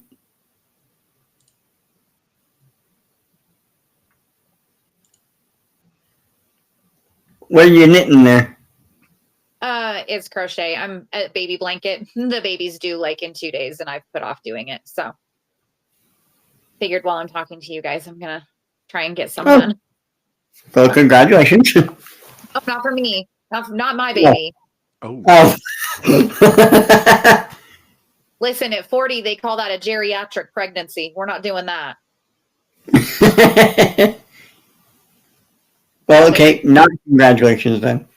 There's a sweet young lady at our church that's having her second baby. So, Well, congratulations to her if she watches this. maybe while she's recovering, I'll send it to her. Yeah, because you're on it, so. Now, are there days where you can't record and be on the show, on the podcast? I mean, it's kind of hit and miss. I have the whole farm to run, and I homeschool 3 kids, and so there's a bit of my time taken up. And you got a husband too, so. I do have a husband. Yeah, he's a pretty busy guy. And then you guys listen to Adventures in Odyssey, so you probably know about Trail Life USA and its sister counterpart, American Heritage Girls. Well, we just started a troop down here, so we're busy being he's the troop master for Trail Life USA, and I'm the troop coordinator for American Heritage Girls. So we're a busy group over here. Well, the kids seem excited about the podcast. Yeah, they are. They're pretty excited. They love all things Odyssey. Their favorite episode is Wits Flop. We listen to it too much. You just don't like that episode. Oh my goodness. Our family could put on the skit of that episode with no script and no warning. None. They'd say, "Hey, do Wits Flop." We could do it in a heartbeat. All right, hey, do Wits Flop. You don't want the one person show. But no, it's on repeat often. My kids get to choose whatever CD they want to at night, and my 8-year-old chooses that CD all day, every day. And they listen to it falling asleep. Yep. I do that all the time. I do too sometimes, to be honest. And my husband's like, "Really? Are you listening to Adventures in Odyssey to fall asleep?" Yep. So he kind of doesn't like it, or? Oh, he was one of them that we were joking around with for the one grand party. We were like, "Can there be a table there for spouses that were forced into Odyssey?" He was kind of forced into the whole Odyssey world. He likes it. He won't willingly listen to it on his own. He'll listen to it, but it's not like he's going to choose it like I will. Like before the one grand party, I was adamant we were going to listen to all 1,000 episodes, and we started We had just caught up in May of last year. And so from May until the one grand party in August, I was adamant we were going to do all 1,000 episodes. And we were close. But sometimes my kids were listening to a couple episodes upstairs and I was still listening to them downstairs because they didn't care if they caught up. I did. So I was continuing to listen to them downstairs. We were 2 weeks shy of finishing the 1,000 episodes in that time frame. What was the last one you got up to? What? What episode was the last one you got caught up to? Before the one grand party? Well, we listened the whole drive there and it was a 10-hour drive. So I want to say we got up to, I think we got up to 860 before the one grand party. And then we listened through the one grand party and then the whole drive home too. So, yeah. So your husband had to listen to 860 episodes. Yeah, from May to one grand party, we listened to 860 episodes. How is that for your husband? So he tuned it out. It was a full-time job, y'all. Like, it was, okay, we have to listen to this many episodes today. My husband bought me, he supported the habit though. He loves the Ryobi brand tools. And so he bought me the Ryobi clamp speakers that can go outside and use his battery packs that already go with his tools. So like we would be working out on the barn and we would be working with the animals and I'd have Odyssey playing through the Ryobi speakers. So he supports the habit 1000%. He's fine with it, but he's not going to sit down and just be like, oh, this is great. I want to listen to this today. So you're slowly getting him into it. Yeah. I don't know. He hates these last episodes with Buck because of whatever Micah's mom's name is. I hate her so much that I don't even want to remember her name. And I know that hate is not a biblical thing, but I'm working through that. But he's like, this is what's wrong with churches. And he's not wrong because there are women like this within the church. This isn't an unrealistic thing that we go through in churches, right? And so he's really struggling with these episodes. He listened to it. I think he listened to Better Buck episode 2. He didn't listen to the 1. So I gave him the synopsis and I think he listened to 2. And so he hasn't listened to 3. But, you know, like I understand that that's a hard episode to listen to, especially if you're not going to listen to all of them. If you didn't listen to 1 and if you're not going to listen to 3 and you're not going to listen to the rest of them. But he really struggles with like that kind of church person. And so then to have that portrayed on Odyssey, he's like, I hate that person. Does he have a character that he likes? Or Oh, I would say he's way more like Eugene. He doesn't speak like him, but he is a nerd, 1000%, and I mean that in all love. if you're watching this, he knows that I say that. He always brags. He's like, I got the prom princess and a cheerleader, and I was the kid that was always shoved in lockers. I'm like, yeah, you did. So like he knows that he's a financial advisor, so he still deals with numbers all day, every day, and he loves it. He's that's just who he is. I don't know that he has a favorite other than probably he loves Bernard's wittiness, like his one-liners. And then him and my son. with feathers and call me a pillow. What? Bernard says, stuff me with feathers and call me a pillow. Yes. Yes. Like all those little things. But then him and my son also love Wooten. So my 17. Who doesn't love Wooten though? You know, I go back and forth with Wooten. Sometimes he's just too much for me. sometimes he's just too much. I don't know how else to explain it. So it's fine, but like my 17-year-old can have an entire conversation with you and only answer in cheese form, like different cheeses. Yeah. And I feel like Wooten could probably do the same thing, and that's just too much for my brain. I can't keep up. And Wooten, I feel, is the same way. And so sometimes I get lost even with Wooten on the radio. So your kids are Odyssey fans, though. Oh, absolutely. Well, if they want to talk Odyssey, they can come on the podcast with you one day.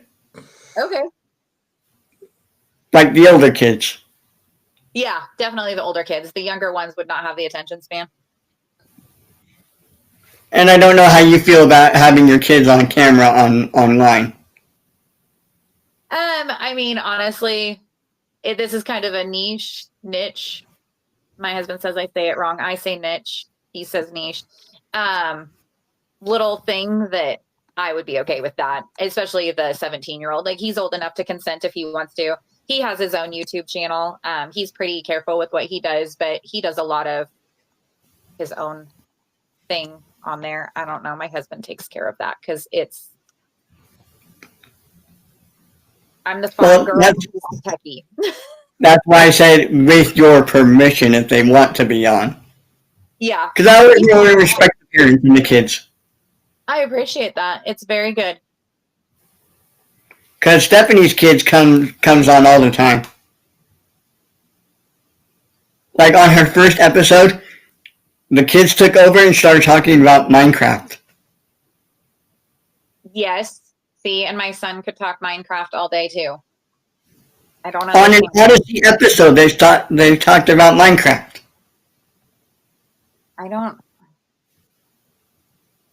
I'd be lost.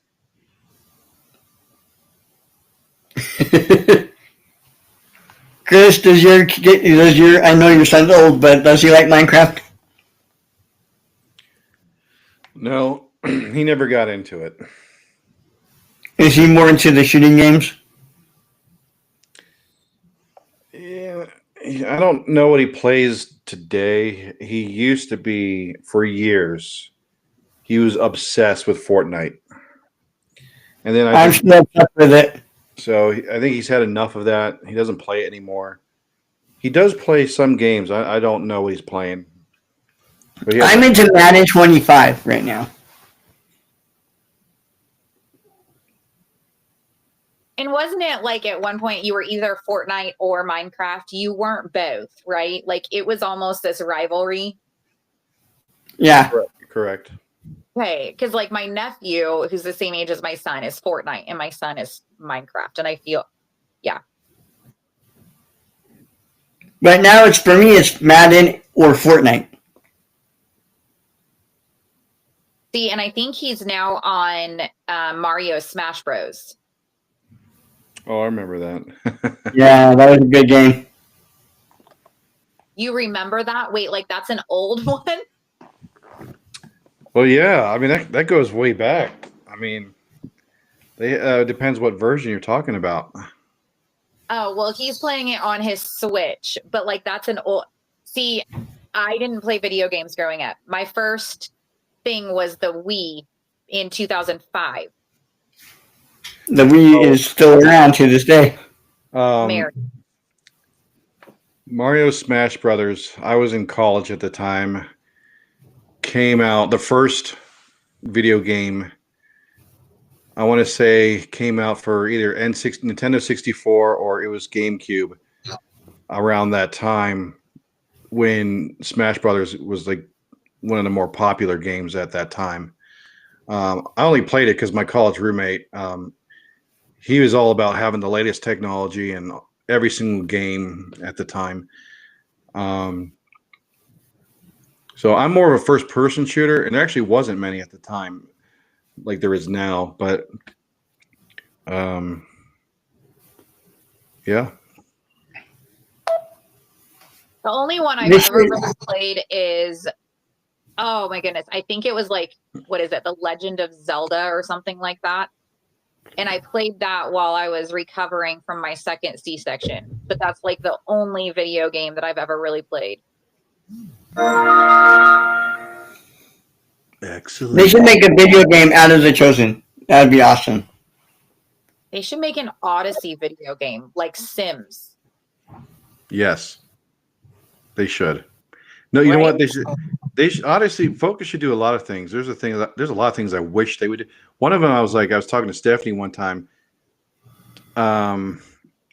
With today's technology, and I think Focus could do it, just like The Chosen. When the first season of The Chosen came out, unlike today, they're getting a lot of money from elsewhere. They're still, I don't know if they're still a private company now because they have their own. Well, I guess they might be, but they were kind of like Focus. They were making their season one, what like all season one, episodes 1 through 8 was $1 million budget, and they had to raise $1 million, and so they were just strictly relying on donations. Right. Today that's different. You can still donate money to them, but now because they're in the theater, they're getting money from Netflix, from all these other streaming services they're on now, and they're coming in they're generating a lot of money now from other places. That doesn't mean you can't donate, but Focus, they could do the same thing to where I would love to see a TV series done of Odyssey.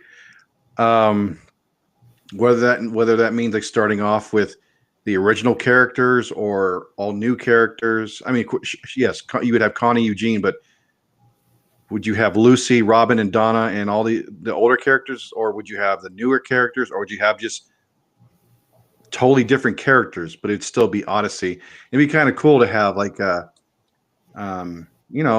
and time is not a limit when it comes to series. So I don't know. My brain always thinks about that sometimes. Even if they did, I would love to see a live action version of, example, Case of the Secret Room. How would that, go? Yeah, that would be awesome. I would love to see that done as a series. That'd be great. Okay, and how cool? Well, okay, especially for those of us that grew up in the 80s and 90s, half of the technology that Whit talked about was so foreign, and now it practically exists, if not for sure exists. So it wouldn't be that hard to do some of those things. Well, also, if you were to do, if they were to start out, my pitch to Focus, if they were to do this, I would start out with some of the classic episodes for season 1, and I just go from there maybe. But with Mabel, applesauce, if you it's technically Mabel's AI, Yes. So Whit is working with AI at that time, and that that's pretty significant. Hello, John A. Whitaker. Yeah. At the time, it was there's no way you'd ever have a computer talking to you. Well, now we just say, hey, Siri, or hey, Google, or hey, Alexa. We literally have it. And when we first listened to it, that was never going to be a thing. Also, the writers today, if let's say they were to go back and make Case of the Secret Room, or even the applesauce thing, and I guarantee you they would probably maybe want to update some of that writing. I mean, the storyline would probably be the same, but sometimes you write something and you wish you could have added this or replaced this with this. It'd be interesting to see what they change and what they keep or what they add for a little more depth in maybe some episodes. Or an example, how awesome! Again, my brain every time I listen to Camp One Nut. I mean, making a Camp One Nut episode or 2 would be amazing. That would be really fun. But all I can think of is with Case of the Secret Room, right? The robbery happened in the 40s and the episode came out in the 80s. So that's 40 years. If they wanted to keep that 40-year gap, they would have to update it to where the robbery happened in the 80s.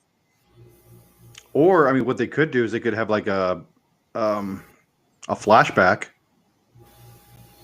Right. They could, but I'm just thinking Oh, you mean to start off, it would have to be in the 80s? No, I'm just thinking Right when the episode came out, the 40s were only 40 years ago, whereas now the 40s are 80 years ago. How crazy is that? Yeah. And so, like, the kids watching today wouldn't have as much of an idea of what happened and how they wouldn't have had the same, like, but they didn't have security cameras. That security system was very minimal compared to what they would have even in the 80s. You know, so just those different things that I think the kids today would struggle understanding, but I think they could understand it completely. It would just take a lot of ingenuity on their part. Be like watching the Andy Griffith show. True, and you still could like episode 1 could open up with that flashback of whatever's happening, and then depending on the time period you want to set, let's say it's present day, or I don't know, you could have, instead of saying 40 years, I guess you could say 60 years, 80 years later. I don't know, depending on when they want to, where they would put Odyssey as far as time. Yeah. Hi there. Or they could literally do Case of the Secret Room and just modernize it, like to today, and make it kind of like of today, you know, kind of a more family-friendly true crime episode, but still be in line with the original. They could do it that way. I could see that working. The new animated movies that's coming out. Yeah, I would love to see the Case of the Secret Room as an animated movie. Yeah. I can't wait for the movie. I'm going to try and buy out the theater down here. Well, not buy it out, but like get as many people to buy it with me so that we can make sure that it comes to this little tiny theater. Because like I said, it's a tiny theater. It needs to come near. I think they're going to try to get it out to all local theaters in the U.S. That's what Nathan Hooper told me privately. Yeah. Sorry if I'm spoiling any secrets. No, I think they're going to try to get it to all the theaters, but some of the littler ones, like if they don't think they can sell the seats, they're not going to do it. So we have to like, basically those of us that really want it in these small theaters in small towns, we have to prove that they will be able to sell the seats so that they're not just wasting their money on it. And so that's just the hard work that we're going to have to put into it next year, which is fine. I'm totally down for it. It would be the first time Odyssey will be released in theater.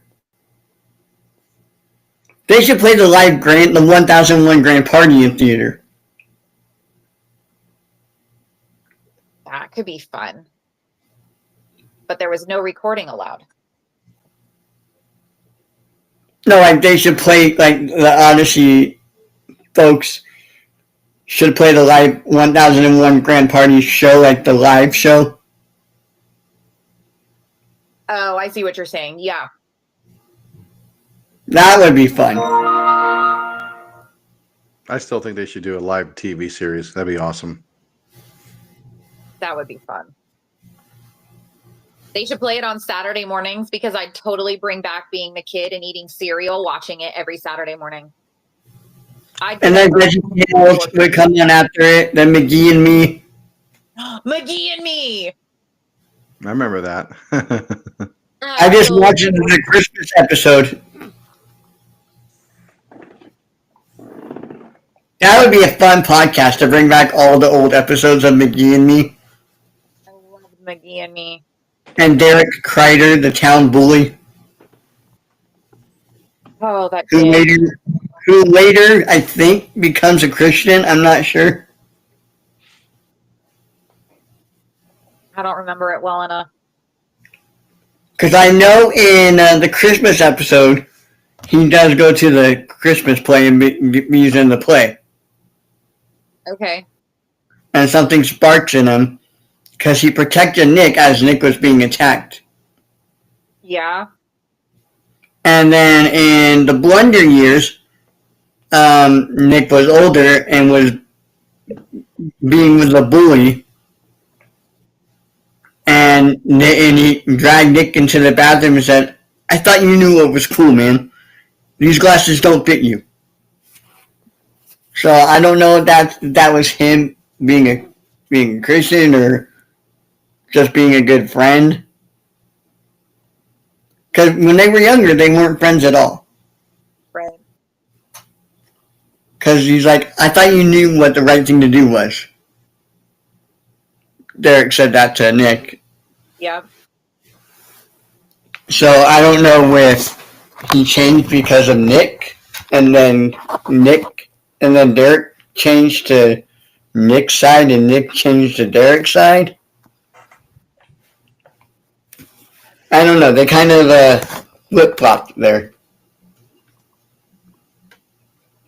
But that's just my perspective. Like, I don't know about you guys.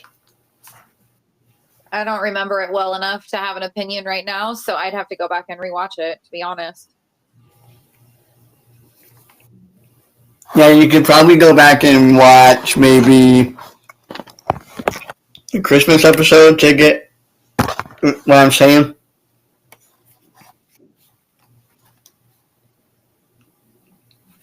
Do you have a favorite? Do you remember Mickey and Me at all, Chris? Yeah, I used to watch it. Do you remember the episodes? Not really. It's been forever since I've seen any of them. Well, they're all free on YouTube. Okay. You go watch every single one of them on YouTube now. Hi there. Welcome back. Well, Aaron's back again. Okay, so I find it really funny that, and I don't remember the name of the episode. It's the one where Connie went around evangelizing with that friend, and she put like bumper stickers on her mom's vehicle. Do you remember that episode? Was it Aubrey's bathrobe or something like that?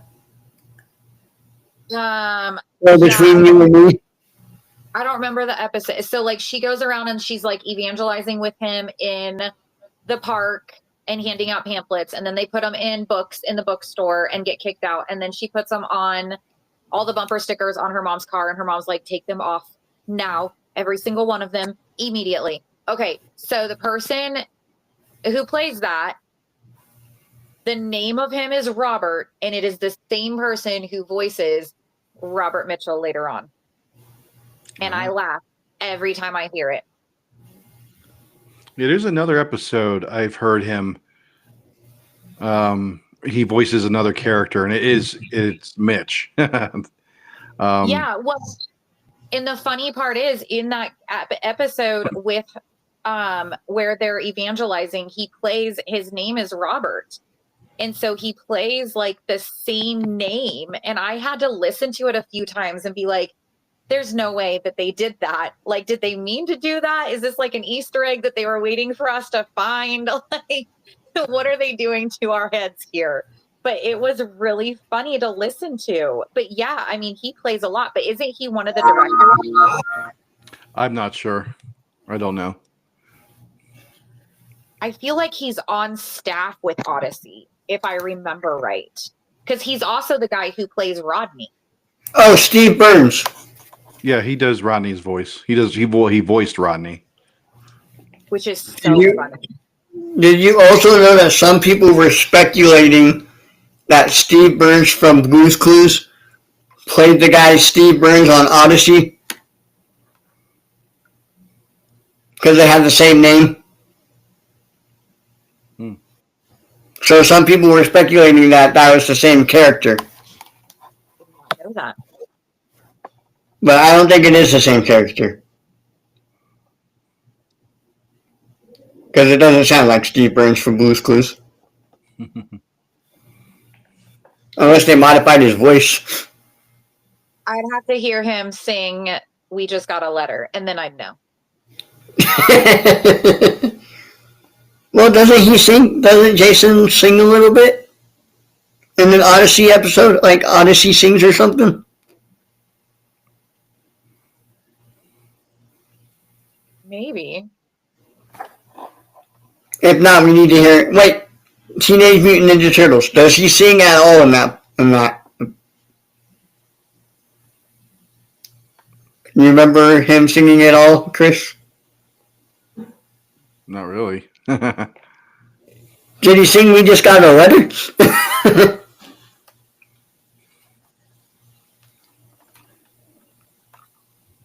See, these are some speculations we'll have to dive deep into.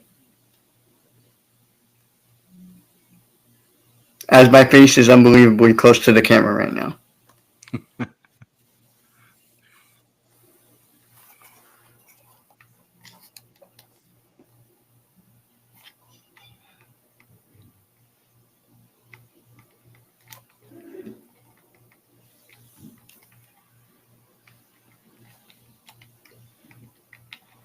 Hold on, sorry. I'm doing something real quick.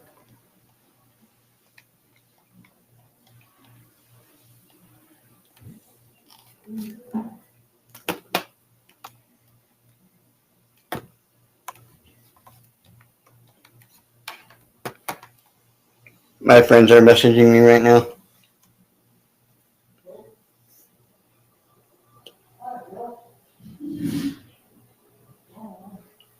I mean, we've been on for 1 hour and 48 minutes. Oh, wow. Well, we've been live for that long.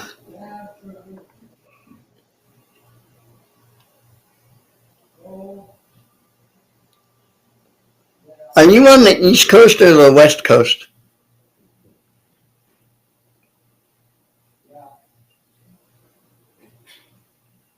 Me? Yeah. I'm central. So it's pretty late for you there. Oh, it's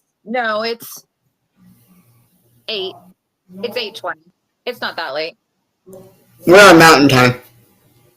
Oh, yeah, I'm Central Standard Time. No, it's not bad. No, I'm completely landlocked. Well, at any point in time, if you have to go, then we can also end the episode. My husband just got home, so I'm good. Chris? I'm good for another 10 minutes. Alright, we can go for 10 more minutes. Set a timer. Set your Aaron timer.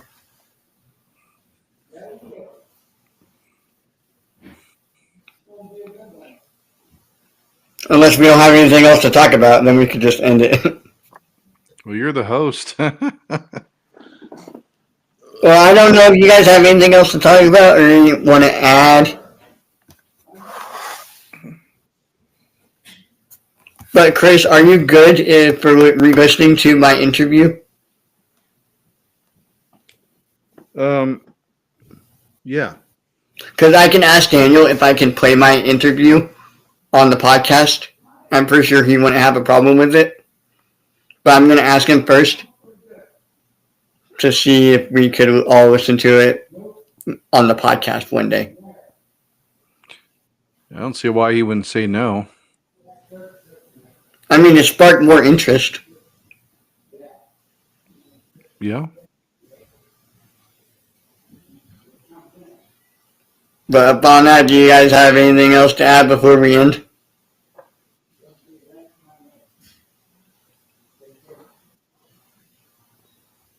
Thanks for letting me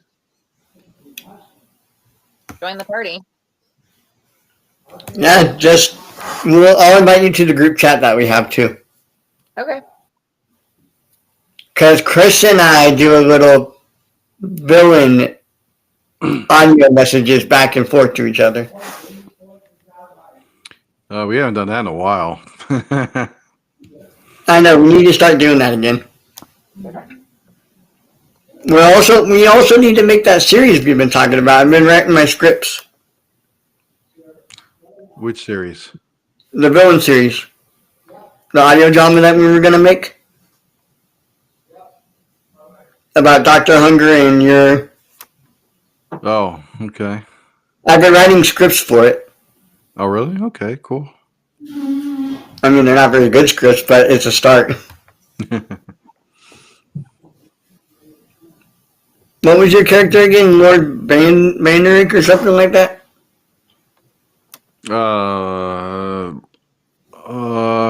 Crap, I don't know. Sorry. Lord Valkyrie or something? I think it was like Lord Zarnak or something like that. Yeah, and I was Dr. Hunger. Because I eat a lot of food. So, but are you guys still having trouble listening to Odyssey episodes via the app? Yes. Like I'm having like it just won't play, or it loads all these episodes, or I can't listen to, like, it doesn't stream well for some reason. I haven't been able to listen to Buck Part 3 or the new one with Renee because it won't load that one. And It'll load a different one to play it. like it'll load it, but then it wants to load all the rest of them. And then when I'm trying to load different episodes, it like I'll click on one. Like today we listened to the one with Mrs. Hooper in the nursing home. And I had to click on it like 7 times before it actually played. It's doing this again. It's doing it to me too. Yeah, like I would click on Better Buck 3 and it said 0 on both sides as though the episode didn't exist. But yes, I've been having issues with the app for like 2-3 weeks now. I just if there's any episodes, She's doing it right now. Yeah. So if I want to listen to episodes, I just download it, and I found that once they're downloaded, and then you can it's still sometimes like you click on it and you play it, and for whatever reason it won't do it right away. Huh? Like what I just showed you, it'll. Well, sometimes like I have better success listening to them when I download an episode. But when you download an episode, though, it won't play the next one. Yeah, I even though I have it on continuous play, it won't go over to the next one. But at least it'll play the episode. Right. I found it's easier for me to not download them because it goes on to the next episode. And that didn't used to be a problem because I used to be able to download an entire 50 episodes at a time, and it would just continuously play them because that's how we got through the 1,000 episodes in 4 months. It's doing it to mine right now. Like I'm not even doing nothing. Yeah, so I made a playlist from albums 1 through 26 of my favorite, and I think there's like 50 episodes in there or something like that. And before all this glitchiness, I could listen to like them continuously with no issues. Now I can't do that. Yeah, my kids get so mad at me because we have to drive an hour and a half every week to a couple appointments.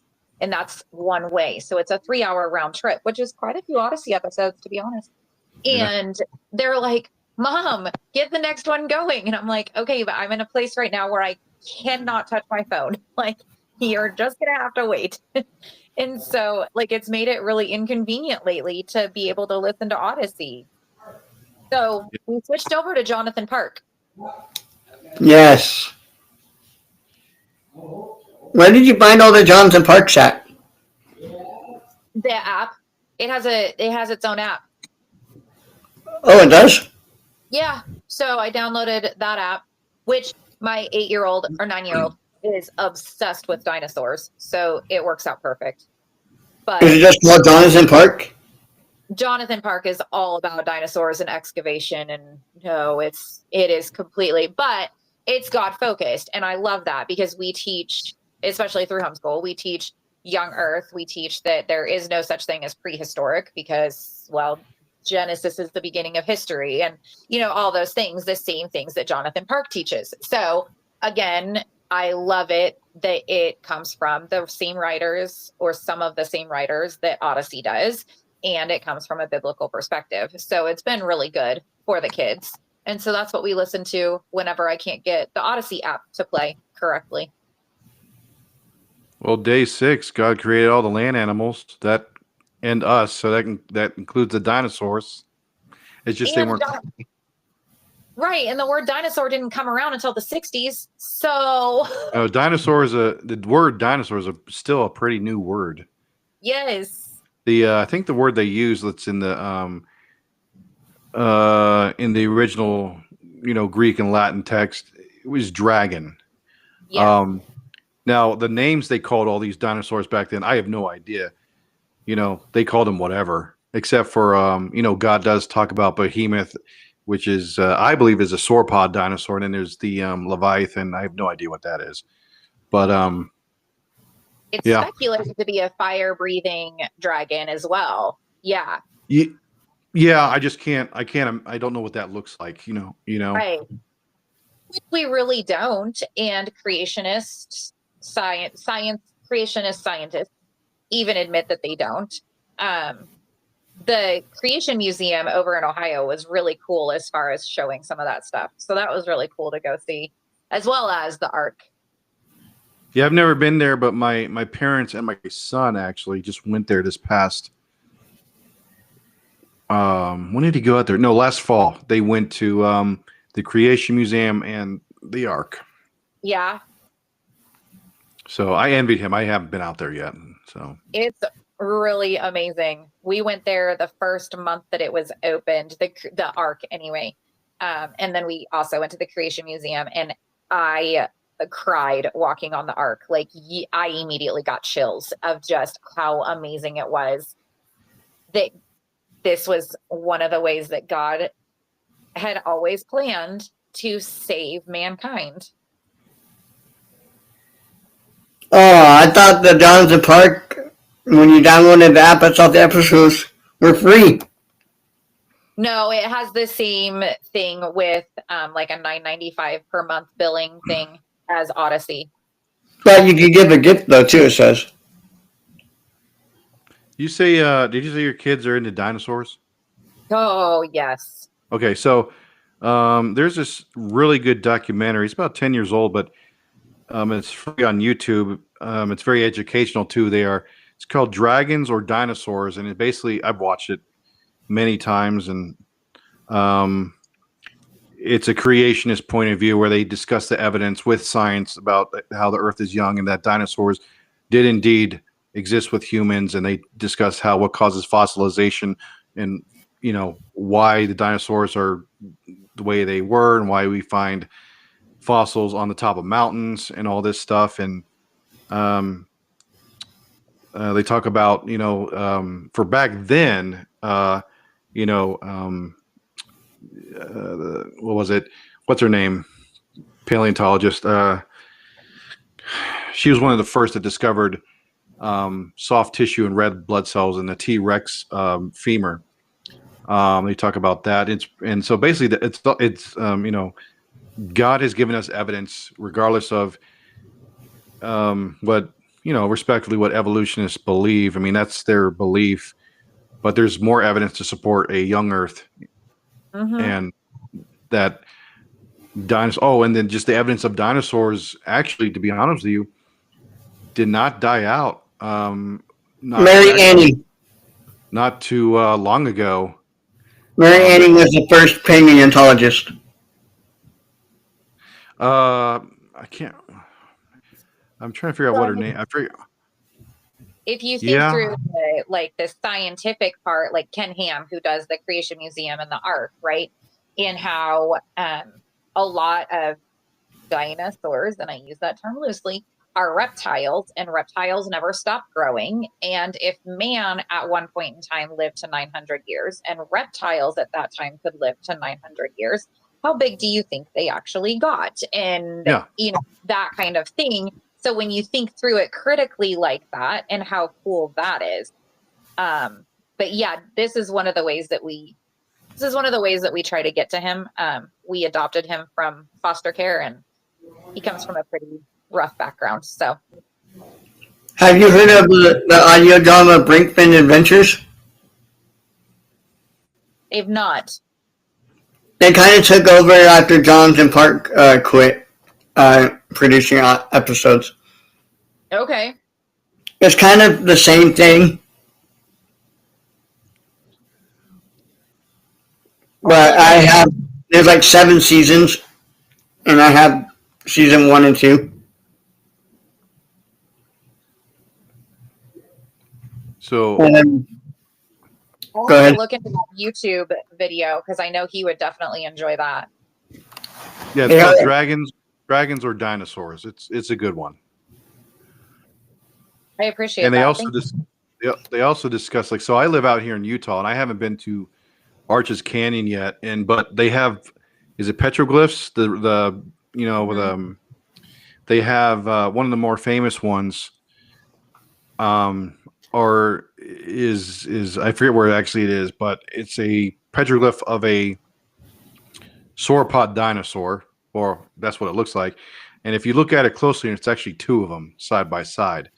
So that's interesting. And then there's all this ancient pottery that has images of literally dinosaurs on them, sauropods, triceratops, and then you have images carved out in stone of what a T-Rex or might look like. And then there was another one in a temple somewhere in Asia. A Stegosaurus is clearly carved into stone years before, and this is all before modern paleontology, before dinosaurs were discovered. Yeah. And so the question is, how could there be these paintings or drawings of dinosaurs way before they were ever physically discovered? Yes, all things that, I mean, I guess, Charles, I don't know what generation you are, but Chris, for you and I, we're old enough to remember when evolution was just starting to get taught in the school system. Oh, yeah. And how bizarre it was when they started teaching it. And we were just listening to that episode where Lucy was where they were teaching evolution in the school, and she's like being really obnoxious in the classroom, right? And I remember being her in the classroom being super obnoxious when normally I was the good kid. But I was like, this is so dumb. You can't be teaching this, because it was new. They were just testing it out on us. And now it's taught as fact. Yeah. And nobody questions it anymore. Oh, yeah, evolution is absolutely the way it happened. And nobody questions the fact that there were and is evidence before modern paleontology, before modern excavation, before all of it.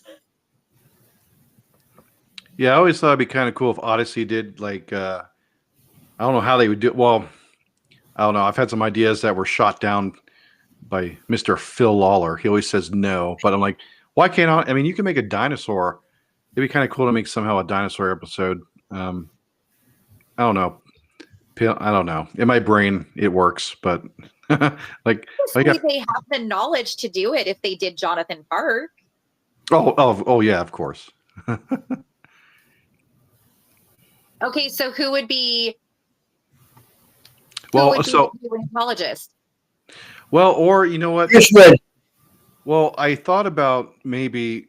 I mean, this was years ago when, when this what's his name, the second rendition of Wit, when he was over there in the Middle East. Granted, they were doing.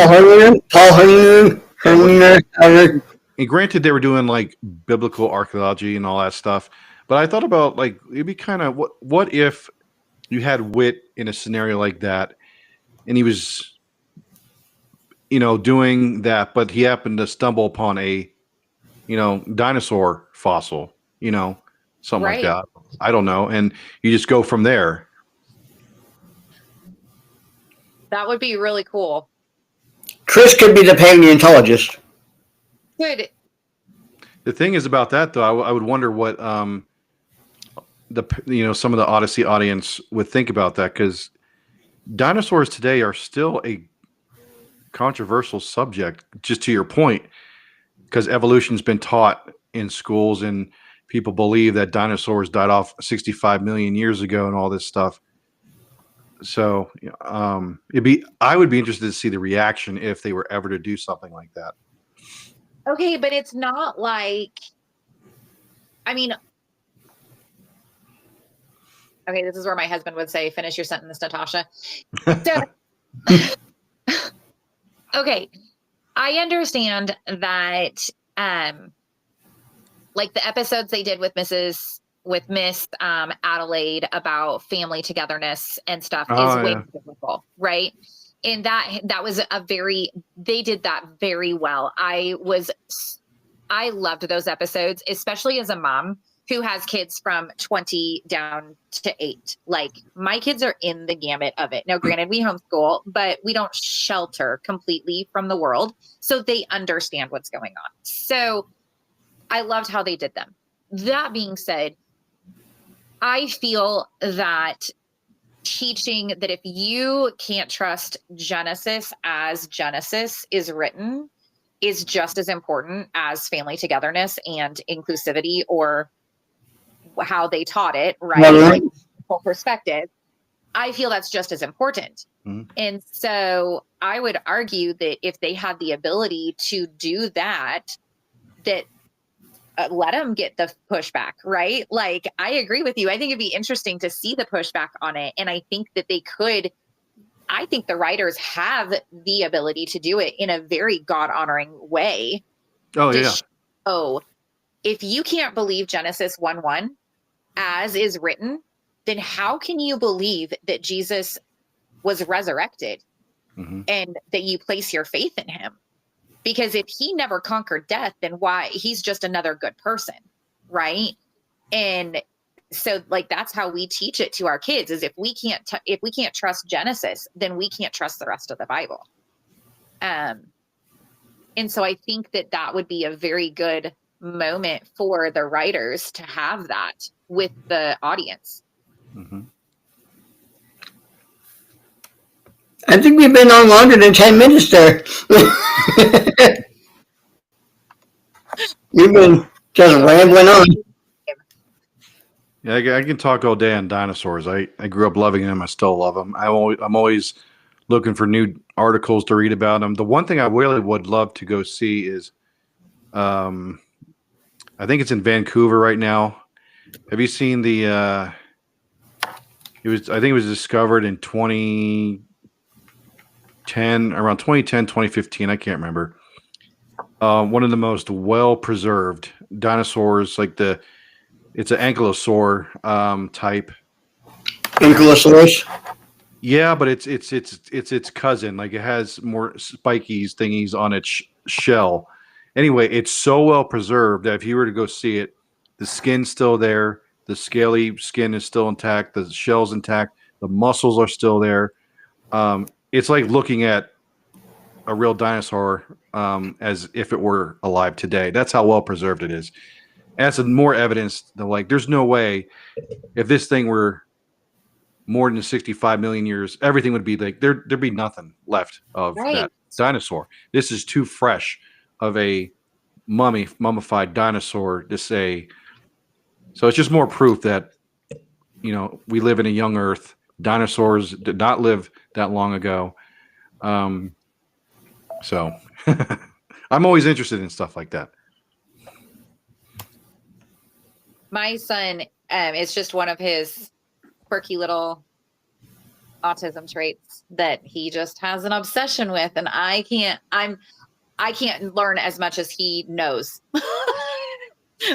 he will know more about dinosaurs than I could ever even learn, and he's known more about it from the beginning. Have you allowed him to see the Jurassic Park movies? My friend had him watch them. Okay. He's obsessed. Yeah, he could tell you, if I brought him in here, he's 9. He could probably tell you guys could have a full-on conversation, and it'd be the longest conversation he's ever had with an adult. But he's probably listening to Odyssey right now.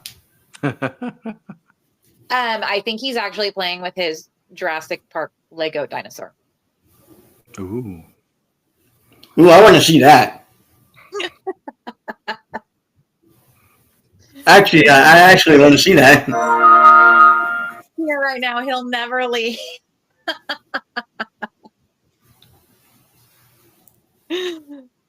Oh, no, they're playing Hungry Hungry Hippos. I hear it now. oh my goodness, I haven't played that game in forever. Who remembers the Hasbro game Bop It? And I'll have to go get it. But who remembers Bop It? Oh yeah, we have one. I do. I was never good at it. I'll have to go get my 2 games that I've never showed anybody before. My daughter, okay, going back to camp, my daughter is a camp counselor every summer, and she has played a real life version of Hungry Hungry Hippos every Friday, all summer long last summer. Oh, yes. Simon says. This was a fun to beat. I used to have one of those. I did too. And I used to have a lot of things in the 80s that I wish I still had today. The lunchbox. And I wanted to say this earlier, but I was driving. That lunchbox thermos never had a drink in it. It always had a chunky soup. Yeah, you're right. We never used it for drink. It always had a chunky soup. Welcome back. Mine was always a strawberry shortcake every year.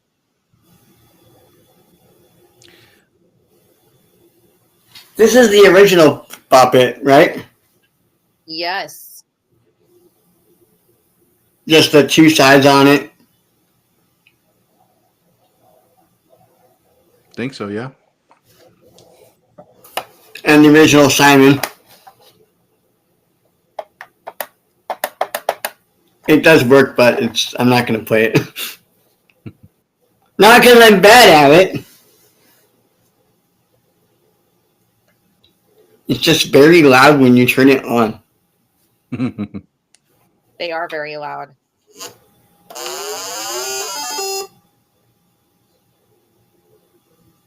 See what I mean? Well, I guess that wasn't that loud. No, but it gets loud as you play it because it just doesn't stop making noise. The Bop It is the same thing. Yes. I mean, if I turned that on right now, it'd be very loud. Solo. Yeah, see, that alone is just loud. Copy to start. I could probably play this 10 times in a Go row. to sleep. It just said it was going to sleep. I could probably play this 10 times in a row and only get to 100 twice.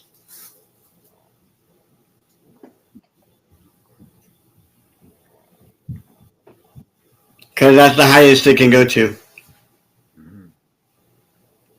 Now the Simon one never stops.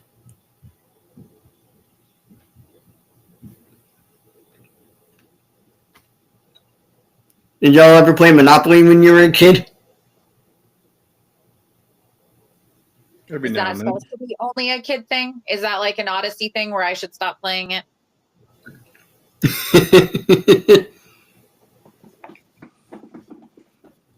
I played McDonald's Monopoly. Oh my goodness. Yes.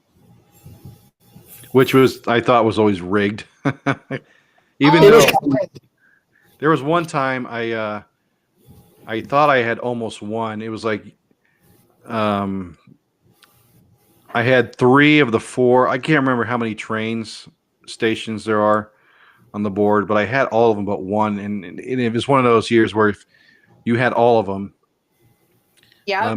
you won like, I think it was like $1 million, something like that. And I actually thought I had it one time, but I didn't. Oh, the Wasn't letdown. there a board game in Odyssey that one family played? I know the Barclays played some board games, I think. I don't know. I have an Odyssey board game. No, it's the Imagination Station board game. They made an Imagination Station board game? Yeah, I haven't played it yet, mostly because I'm terrified that I won't know how to do it. But yes, it's sitting out there. I bought it off eBay. They should have a Wits Board and Buster game out. Oh my gosh, they should absolutely. Hang on, let me get it. That would be like a Bop It machine, the Wits Board and Buster. Yeah. I would buy all the Wits Board and Busters before anybody else could. I still want them to come out with Odyssey character Fungo Pop characters. That'd be awesome. Or Zapazoids. I would collect all of them. When did that come out? 1999 Play Care.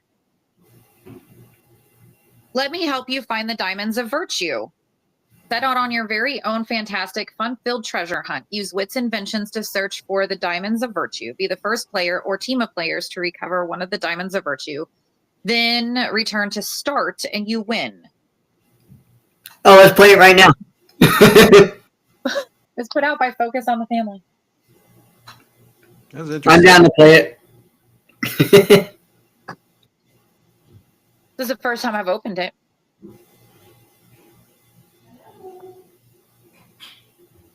Wow, that's a pretty big one. It's almost That's pretty cool. it's almost like that one game. You've got Sorry, it's almost like Sorry Board. the Room of Consequence. You find a diamond ship from the future of forgiveness. I don't think I want that one. Transmuter. And they have things on the back of them like this. I don't want to lose a turn. No, thank you. I would not want to land on that. So what is There's the a goal? bunch To find the most diamonds, I guess, or collect them all? Yeah, I think so. Is it like around the house? You have to hide them around the house? So with end, you get move forward 1 to 5 spaces. How's this game not on their website? We need. Yeah. You should post this in the in the club. So on your turn, you draw a card from the Wits End deck, move the number of spaces shown on the card, and begin to start and move. No. Move in a clockwise direction around the game board, then put the card on the space marked place used Wits End cards here. And then if you land on a space other than Time Warp, Limbo, Black Hole, Time Tunnel, or Start, then you draw a card from the deck that is the same color as that space. You land on a Time Warp, jump to the Time Warp. If you land on the Black I'll be Hole... right back. What? I'll be right back. No. Oh! And you get to play the characters. It's Wit, and Eugene... I forget who that is. Is that? That's Dylan. Isn't his name Dylan? Oh, this Yes. is a girl. Oh, never mind. Jesse? Oh yeah. Is that Jesse? I think that's. Oh yeah, that would be Jesse. I'll be right back. Oh, Connie. And then, who's the kid with the hat? I have no idea. I got a question. If you in the earlier like cassette tape albums and all that, Connie is portrayed as a redhead. Yep. And then she somehow switches to a brunette. So I'm like, is she a redhead or is she a brunette? As the daughter of a redhead, sometimes if you're not a fiery redhead, as you get older, your hair changes to a brownish. Ah. Now, my mother is a fiery redhead, and she will never change because redheads don't go gray either. Fact. Also, if you're a redhead, you require double or sometimes triple the anesthesia or pain meds. I'm back. Random fun fact of the day. What's the random fun fact of the day? Redheads often require double or triple the anesthesia or pain meds. I don't think Stephanie's redhead. Well, I was bringing up that in the earlier Odyssey artwork, when it comes to cassette tapes and all that, Connie is a redhead. And she's still 16. Whereas today she's brunette. And about 22. I blame Connie completely for my sometimes thinking that I'm not actually the age I am, because I grew up with Connie. So like, oh yeah, I am actually a full adult. I'm not the middle adult like Connie. I have continued to age, unlike her. Were you an only child? I was until I was 8. So that's the bad part about Connie. She was an only child. Yeah. Yeah, I was till I was 8, and then I moved out when I was 17. So I really only had 9 years with any siblings, and they were way younger than me. So yeah, moved out at 17, and I was a mom and married at 19. So Now on the podcast, we have a person who talks about moms. okay. But I also think in all of the side quests, I think it would be fun to see Jeff and Connie actually finally at least date. Can we see them at least date, like for real, now that Jeff is a believer? I'll ask Nathan Hubler. I'm close friends with him now. Oh, I'm so glad to hear you say that because there's been so much debate on whether okay. I gotta be careful what I say because I could go for hours on a rant about the treatment of Connie Kendall as far as like seeing everybody else in relationships, right? And Connie, I know there's people that are for her to stay single. Even Phil Lawler wants her to stay single, and I he gave his reasons. I don't agree with it, but I mean, it's his whatever. But come on, Pappy. but I'm like Connie Kendall. She deserves somebody. I mean, I want to see her. That'd be a great story arc. She's been through so much. Eugene, we've seen Eugene, like how far he's come with Katrina. Even Woot and Penny. It seems like everybody else, aside from Connie, and then you have the whole Mitch thing. I can go on about that for Mitch. That was interesting, huh? That was mean. It was mean. That was downright so mean. Not just to Connie, but to us. Yes. I got a question. Since the character of Eugene died in real life, yeah. Who is Katrina talking to at Buck's game? When he became the wide receiver for Baltimore? She's talking they didn't kill him off in the show. Right. So she's talking to Eugene, and in a spoiler, which maybe I think it was already talked about in the fan club. So sorry if you didn't already know this. At the One Grand Party, they actually brought Eugene into the One Grand Party with his voice in it.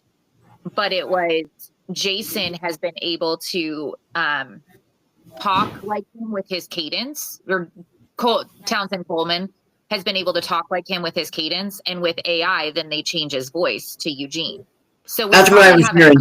Last of Eugene on Odyssey, they're just going to use Townsend and AI to make the voice. So I love that they did that. However, again, it's funny because Phil, he hates AI. He hates AI in every single aspect. But and I've gotten in conversations where I have issues with the what was the album? Best is it the best is yet to come, where Eugene gets the send off? Yeah. I have issues with that. I'm not going to go all into it just because I feel like Odyssey, the subject of AI has been a hot topic. There's a lot of people for it. There's a lot of people against it. But I think it could be used. If it can be used it can be used in a positive way. And I felt like I was actually hoping they would kill off the character of Eugene. Just because of everything. No, hear me out. No, because you can't keep him going. I get it. But like I know. Come on now. It sounds really bad to say, but I'm like, if they're not going to use him, and Ryan, is it Ryan? What's his name? Did the voice,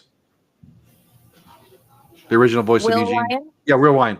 Well, he wanted he wanted Eugene to laugh. He didn't want Eugene to be killed off, and which I agree. But if not, and we have today's technology to use AI, why not utilize it in a way where that's why like I had an issue where in the episode where Eugene had the opportunity to stay in Odyssey, because remember he gets that phone call from his boss or whatever there in Baltimore, who is willing to have him work in whatever building somewhere in Odyssey, doing the exact same thing he's doing in Baltimore. And I didn't like the excuse that they wrote for Eugene, giving him why they had to move, because Eugene wanted to stay. He even said in the episode or prior to, if he could, he would stay. Katrina wanted to stay. Buck wanted to stay. So why he moved, I still don't understand it, especially when they do have the technology, because I thought Townsend Coleman did a great job. I mean, with what they have. And I'm like, well, just continue to use that. I mean, Eugene does not have to be in every single episode, but if you have the ability, same thing. What happens if Katie Lee passes, God forbid? What happens with the character of Connie? Well, and I'm wondering if with this Better Buck, if they're not figuring out a way to bring, now that they've figured out how to do Eugene's voice with AI, if they're not trying to figure out a way to bring the Meltzner family back to Odyssey. Because you think they would actually, I mean, that'd be amazing if they do that. Well, I mean, I know in the story there would have to be some reason, but I just don't see why they couldn't do that with the technology of AI. I think, okay, I'm not the writers, I know. but I think that right now, with the hurt that Buck has felt from that church and from that town and from that school at this point, the only way he's going to open his heart back up to the Lord is for him to come back to Odyssey, to the true people, of the true believers who care for him the way he knows. Do you think that's what? Now, I haven't listened. Like I said, I haven't listened to the recent episodes. But do you think that's where they're setting it up, maybe for the future, or no? Is that just speculation? Because that's what I would hope for. It's pure speculation with a lot of hope. But I think there had to be the separation of Jules and Buck physically in order for Buck to grow enough to see that Jules was toxic. Yeah, I didn't see Jules as that toxic. Just, I mean, I know she's younger and she's like Connie was in the early days. That's who she's like. I mean, Connie was just as stubborn. I mean, you listen when Connie comes to town. She wanted to leave Odyssey right away.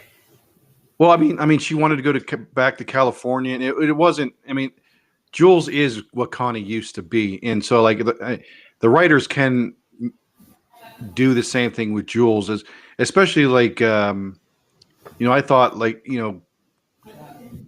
Jules has come a long way as well, and look, she even with living with Connie is a good mentor, and same thing with Katrina and Eugene with Buck. They are both. I mean, so real quick, like I had no issue. Now I'm a Christian, born again, right? I had no issue with Buck and Jules dating. I just didn't. In reasons why, I'm like, focus on a family. They're not going to write anything explicit. They're not going to. I know it made it made people upset because they're two non-believers. But I'm like, okay, think about it. They're not really doing anything, in my opinion, wrong. They also have some of the best mentors in Eugene and Katrina and Connie to kind of keep them grounded. Not saying they can't make mistakes. They're teenagers. So I understand that. But also they're two non-believers. So it's not like they were doing the unequally yoked, right? Like they weren't, It wasn't missionary dating. It wasn't. So I see what you're saying. Yeah. I think there's a little bit of a difference between I think there's quite a bit of a difference between Connie and Jules, simply because Connie was open to hearing that she was continually choosing sin, whereas Jules seems to be okay with continually choosing sin, at least certain types of sin. And it's choosing way. Whereas we saw much quicker gradual movement towards understanding that you can't continue to choose sin. Even before Connie chose Christ, she was moving away from continually choosing sin. Does that make sense? Yeah, and I see that also in Buck, from where he has been to where he is now. Even though I don't know with the new episodes, but where he seems to have a great understanding of the path that he was on is not a good one, and the path that he's now on with Eugene and Katrina are a lot better. Mm-hmm. Yeah, and I think there's way more parallel to Connie and Buck in just their growth. But I guess, like I said, I haven't listened to episode 3 of that Better Buck Next Time, but in the spoilers group, they've definitely made it known that this has pushed him away from the Lord, right? Yeah. And so I'm just waiting to see what they use to catalyst him back to the Lord. Yeah. Now that episode when Connie was like, Jules, time to get ready. She was already dressed for church. Was that because of Buck?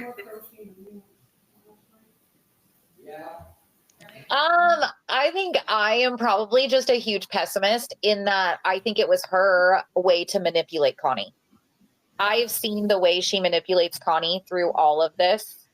That's what I've noticed about Jules a lot, is just her ability to manipulate Connie. Or people in general. People in general, yes. She's like a Valerie, basically. Well, and a Mr. Skint, right? And so I think that's part of what Buck saw in her at the beginning, is that was a familiar personality of the manipulation. And his growth was that separation.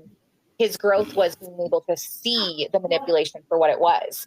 And when he called her out for, Jules, that was alcohol that you shoved under the couch. And that was, you lied, and you lied to Connie, and you lied to me. Like, we're over.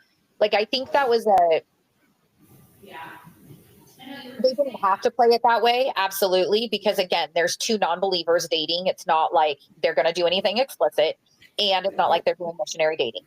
But the way they played it, it showed that you don't just let those things slide in somebody that you care for. You do call them out and be like, hey, listen, like, dangerous things you're getting into. Why are we doing this? Yeah, I totally agree. I just I may hear, I just out of curiosity, because I've read the spoilers, and go listen to the 3-parter thingy.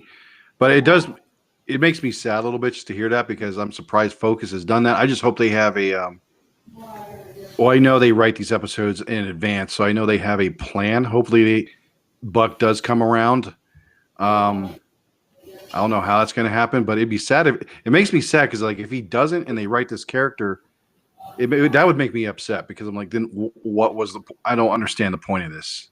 Well, he did go to the Bible study. Yeah, but I mean, I'm just saying, like, granted, everybody has a choice, but at the same time, everybody can be influenced by different people. And I think he's getting a crush on one of the Bible study ladies. Yeah, I think he's starting to have a crush. But he just got hurt by that whole Bible study. But now you have me thinking, Chris, about a post that Phil Lawler made in the fan group about how, like, why they don't make it to where everybody gets saved. You guys remember seeing that post? Yeah. But they should have Buck saved, because there would be no point for his character.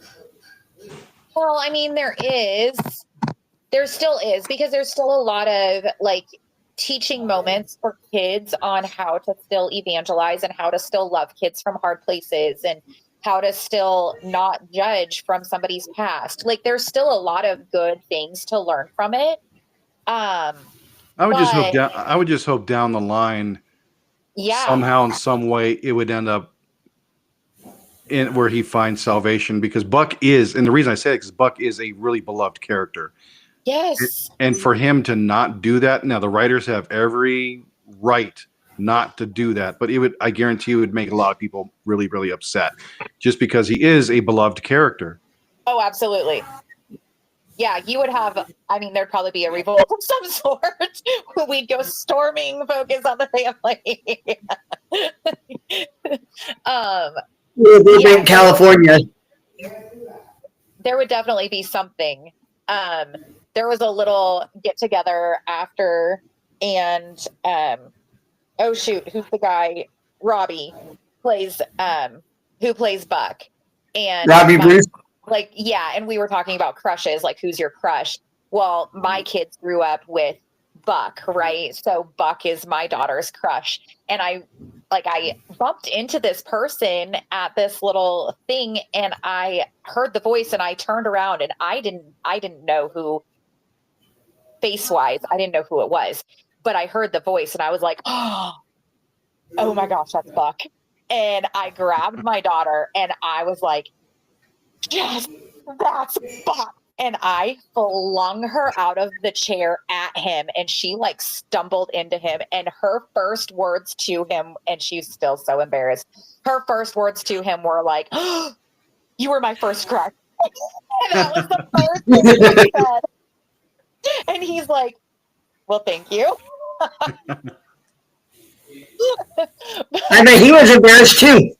I don't think he was, actually. I think he probably gets it from a lot of people because Buck is such a beloved character. I mean, you've got that Southern twang, and he's such a gentleman. Like, he has never treated a female wrong in that episode or in that show ever. He has such a good demeanor about him. Mr. Skint did a good job of training this boy into how to fool people, for lack of better words. And now he just has the manners, right? But I think Robbie Bruce probably gets it quite a bit. Just like sure Townsend did, or still. Is it bad to say that he's kind of my crush? Is that weird? I mean, that Southern twang is there. It's kind of cute. I like his twang. Well, the other thing too is like we've, whether you're a new listener, old listener, we've all been on this journey from the beginning with Buck. Yes. Yes, we have. From Green Ring Conspiracy. So, and it's not like he's just some side character. Right. He's been in some really good stories. We're following him. We're all rooting for him. That's the thing. Yes. I mean, we were all rooting for Katrina and Eugene to adopt him from the get-go. Yeah. Like, nobody was surprised when Connie said something about, well, of course they're going to adopt him. Like, yeah, we all feel the same way. Of course they're going to adopt him. It's a given. Yeah, that was from album 58, right? When they finally decided to adopt Buck. I don't remember.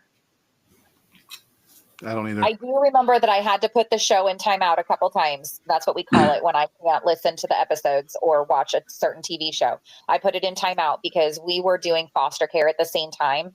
And so like when that gal came and like Buck fell out of the treehouse and got hurt, and then like all those issues were going on in the house, we were having some bio parents throw accusations towards us, and we were having to fight the state. And so I was like, that's it. I cannot listen to this and live through it at the same time. So the show has to go in timeout. So there was probably like 3 months where I could not listen until we were through it, and then I could focus and I could listen to it again. But that was a real life thing that a lot of foster parents go through, of having to fight to keep the kids. And so, having adopted from foster care, like there's just so much. I'm a foster kid. I'm a foster kid myself.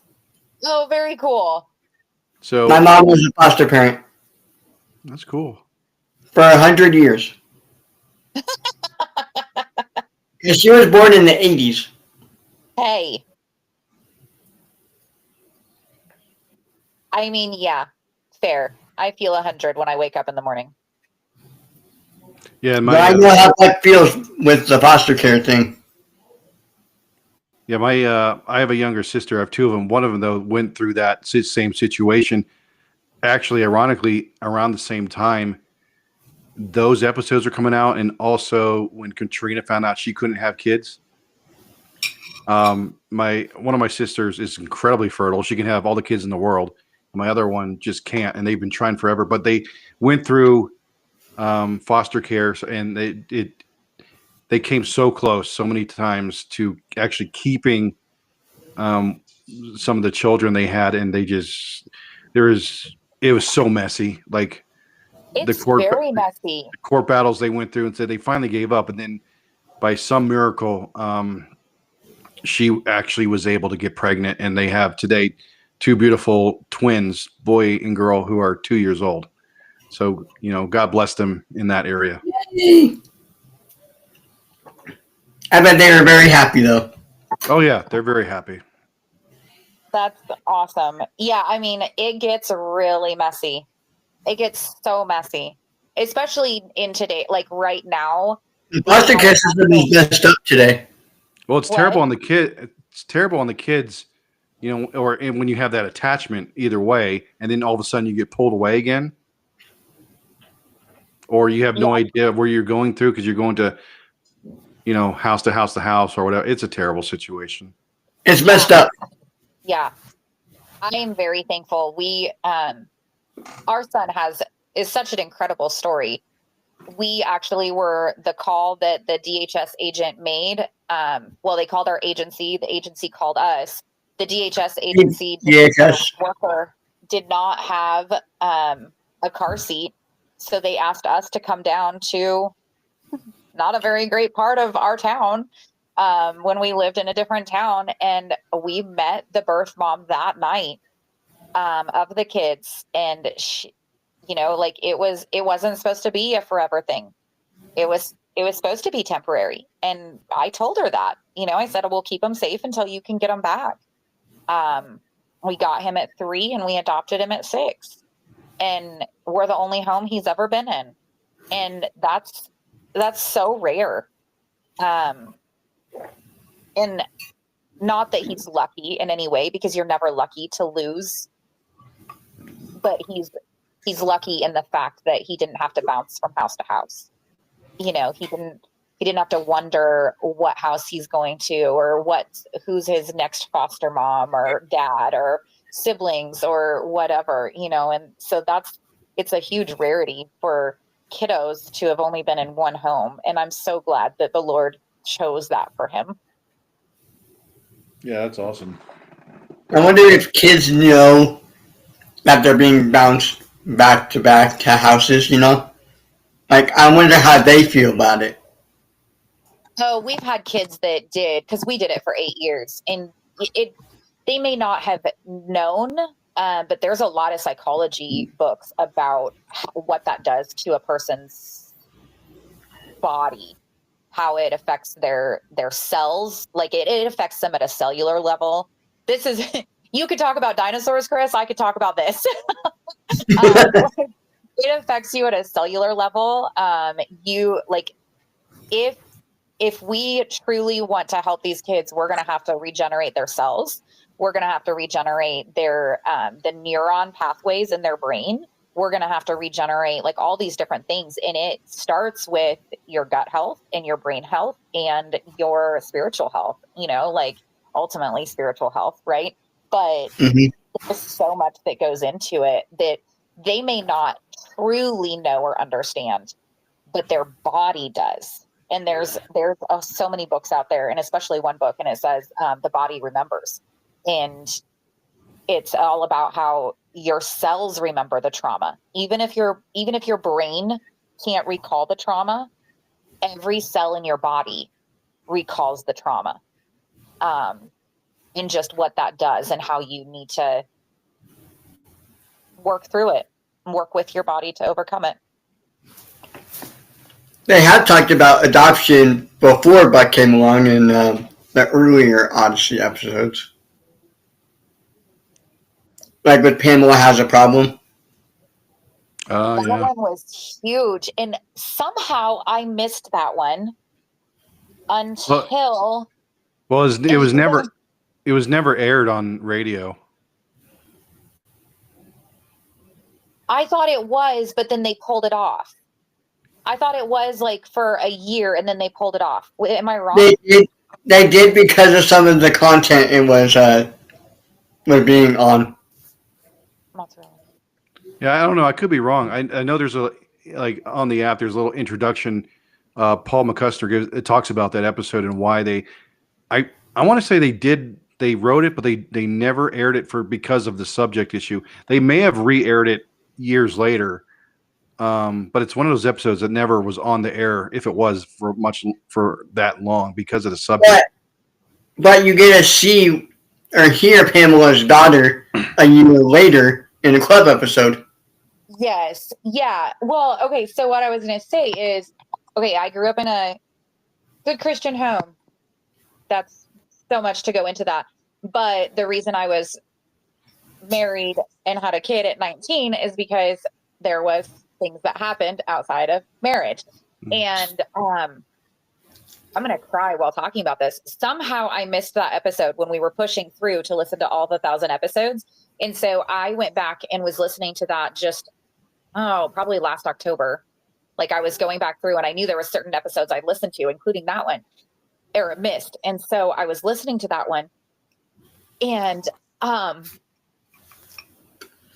when I got pregnant with my oldest, the church shamed me so bad, even though I have been married to her dad for 21 years. Like we are still together. We got married when I was 7 weeks pregnant.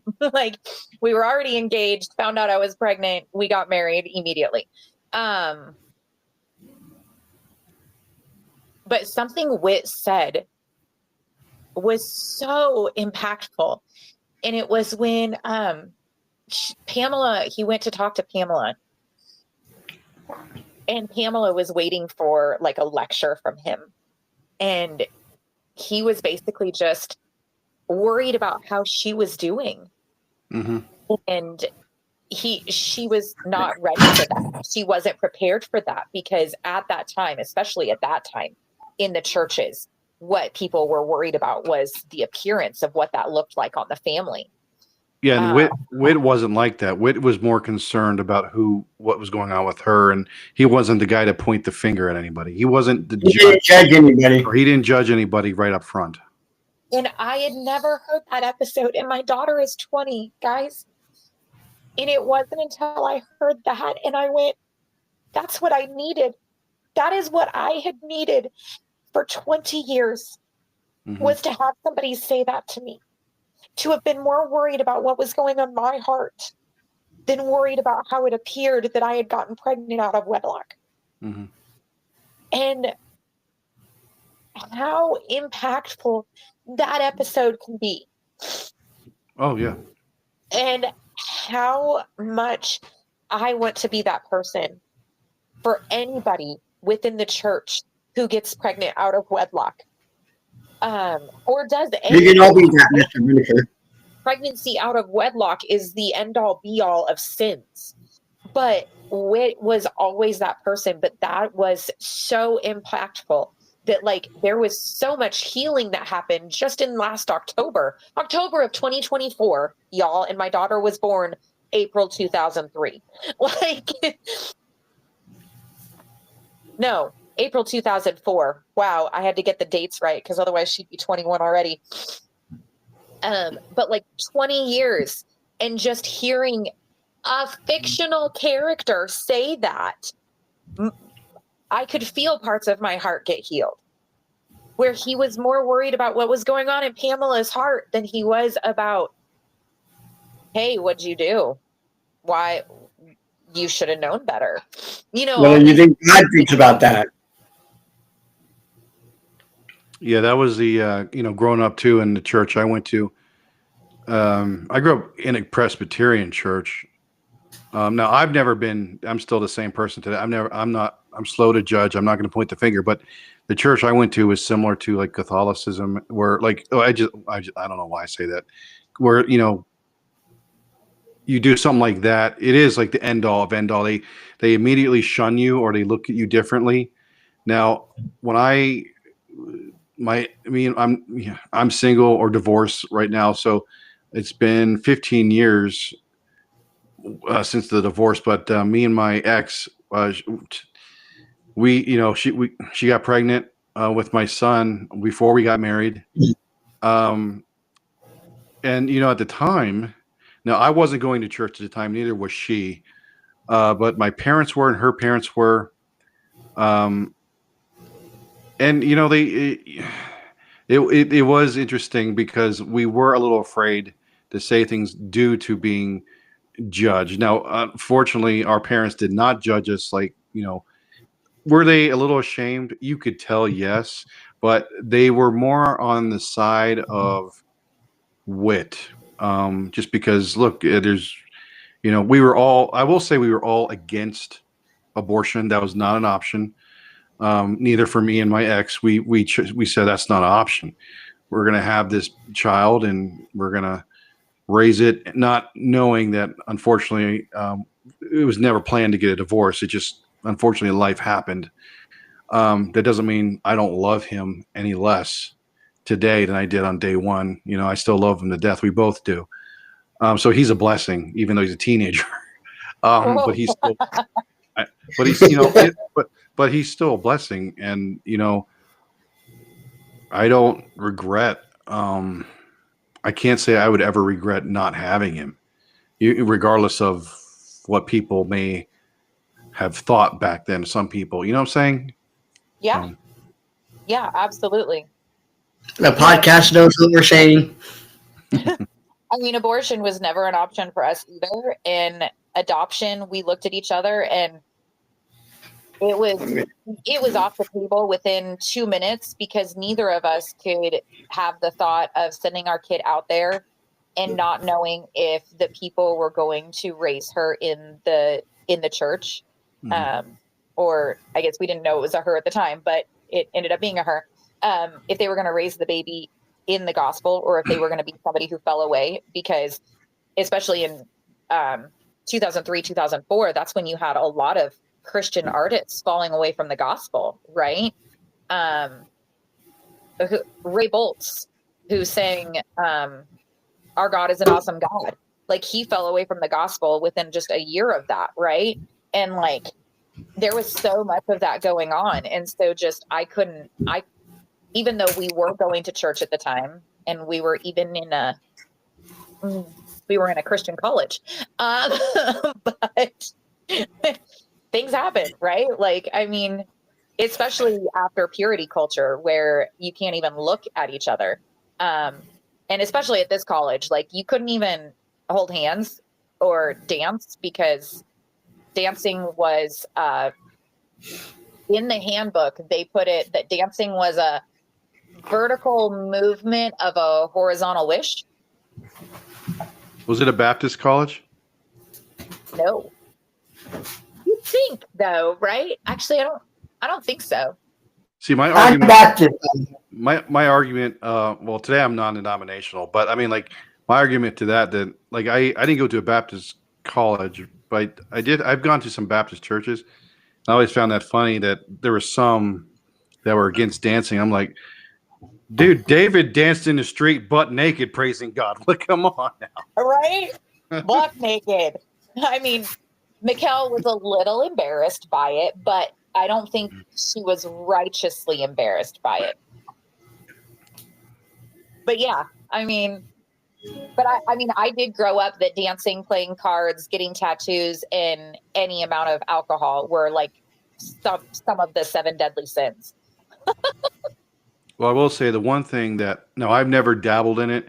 I will say to this day, I've always been interested in the paranormal, but I've never dabbled in the Ouija board and that type of thing. That's one thing I've always stayed away from. But but that was actually a very popular game back then. It still is today, to a degree, I think. It is. So I actually have a story about a Ouija board. Yeah. Okay, so it's not my story. It's my mother-in-law's. My mother-in-law wasn't always a believer. And she had a Ouija board. Somebody brought it into her house, something, and it started moving on its own. So she took it out and she put it in the trash. By the time she got back in the house, it was back in the house. So she took it out and she burned it. And she said that while she was burning it, she could hear the demons screaming. So she looked at me when I was young, because again, got married at 19. And she was like, so you will never. And I was like, I never planned on it in the beginning, but okay. But also, do you remember? Oh, this is kind of embarrassing. But again, I was raised in the church, and even one of the pastor's kids was involved in this. So we were at the Catholic church playing a volleyball game in junior high. Do you maybe it was only a girl thing, but back in like our generation, there was like this game where you'd go around and like somebody would lay down and you'd all put 2 fingers under this person. Are you talking about light as a feather? Yes. I forgot the name of it. Yeah, we did it. Well, I didn't do it, but I knew of it. Yes. It worked. I never wanted to be near anything like that ever again. As soon as I did it, I was like, oh, okay, that was absolutely demonic. I'm leaving now. And me and my friends did Bloody Mary in the bathroom at church. No. The girl levitated 3 inches off the ground. Yeah, that's crazy. In the church? Well, in the Catholic church. Well, me and my friends did it in a Baptist church downstairs in the bathroom. We did Bloody Mary. And the mirror broke in our church. Yeah, there's So I'm afraid to go in the bathroom now at church. I don't have time to share this. I have had paranormal experiences. I've opened a door on accident, which taught me a few lessons to realize that there are ways to open doors by accident and let certain things through. I'll tell you that some other time. But can you tell us one experience? Oh. Well, that's really my only experience where I was let's just say true. I was able to experience, unfortunately, true manifestation of a demonic entity. It only lasted for like 15 seconds. It felt like an eternity, but I had opened a door on accident. Okay, you know what? We'll just go here. So, real quick. So today I'm much more. I don't watch all the horror or ghost hunters like I used to, or any of the reality shows. If I do, I'm real picky on them. Also, I'm very guarded. Especially when it comes. I just watch it for fun. The Ghost Adventures. Okay, but even watching it for fun, you gotta be careful. And same with horror movies. Look, if I don't watch those. If your mind is open, to certain things, you can let things in. That's why I say I'm very guarded. I say little prayers if I'm ever going to watch something like that.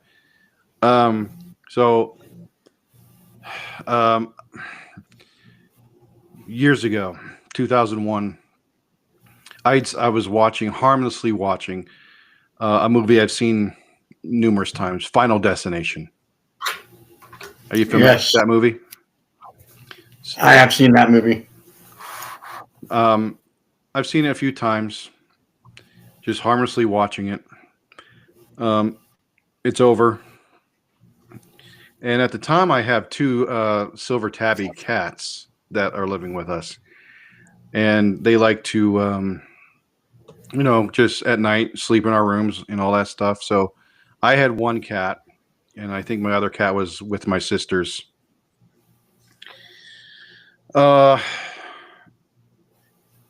In my room at the time, there was 2 big wooden doors, and right beside it, there was a 3-foot metal tin, like drawer cabinet type thing that the cats loved to scratch at if they wanted to get out of the room. And it was loud. You had no choice to get out of bed or just let them out.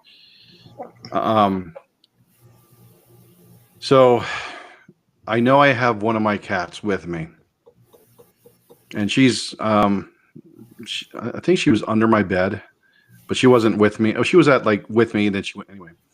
So I have a fluorescent clock at the time that is in front of me. So anything that moves in front of it is a silhouette, but you can still see the room. It's light enough, right? So I wake up around 2 a.m. to this clawing, scratching on my little cabinet, and it's my cat. I can clearly see her, and she's just wanting to get out. So I let her out, and I'm so tired I go right back to sleep. Shortly later, I hear the same thing.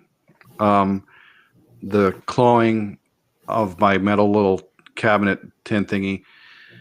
And I'm like, crap. And I'm tired. I'm like, I got to get up and let this cat out. And then I'm about to get up. I'm talking as soon as I'm about to get up, I realize something.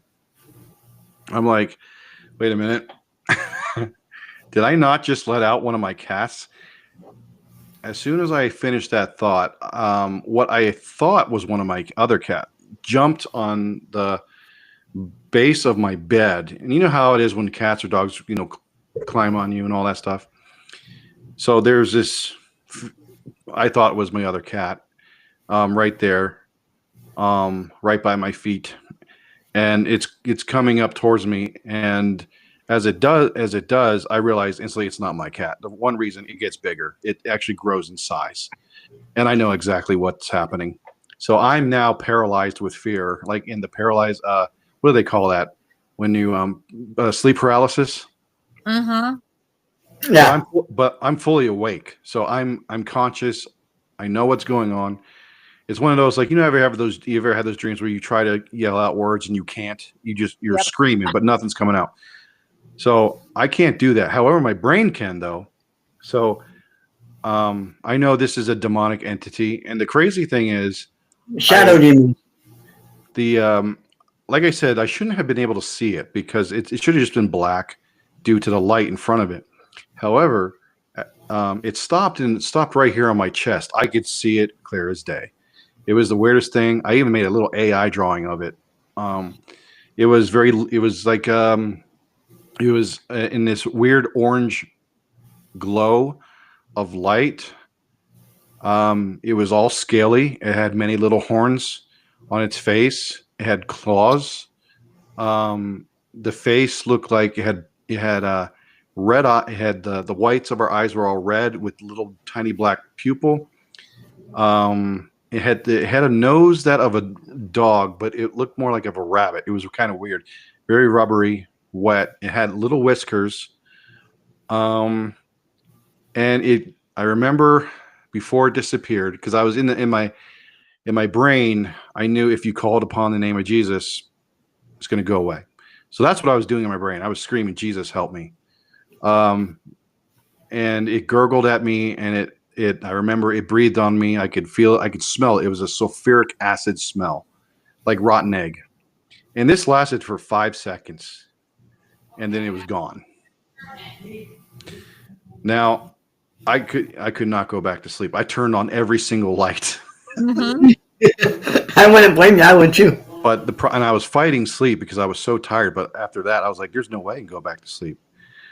So I talked to my parents the next day, and my pastor at the time, and realizing that I had opened a door on accident to where just simply watching a horror movie, I had opened myself to that, and especially that type of psychological horror. I opened a door and I let an entity in. And so to this day, I've never watched that movie again. I just can't. I will not do it.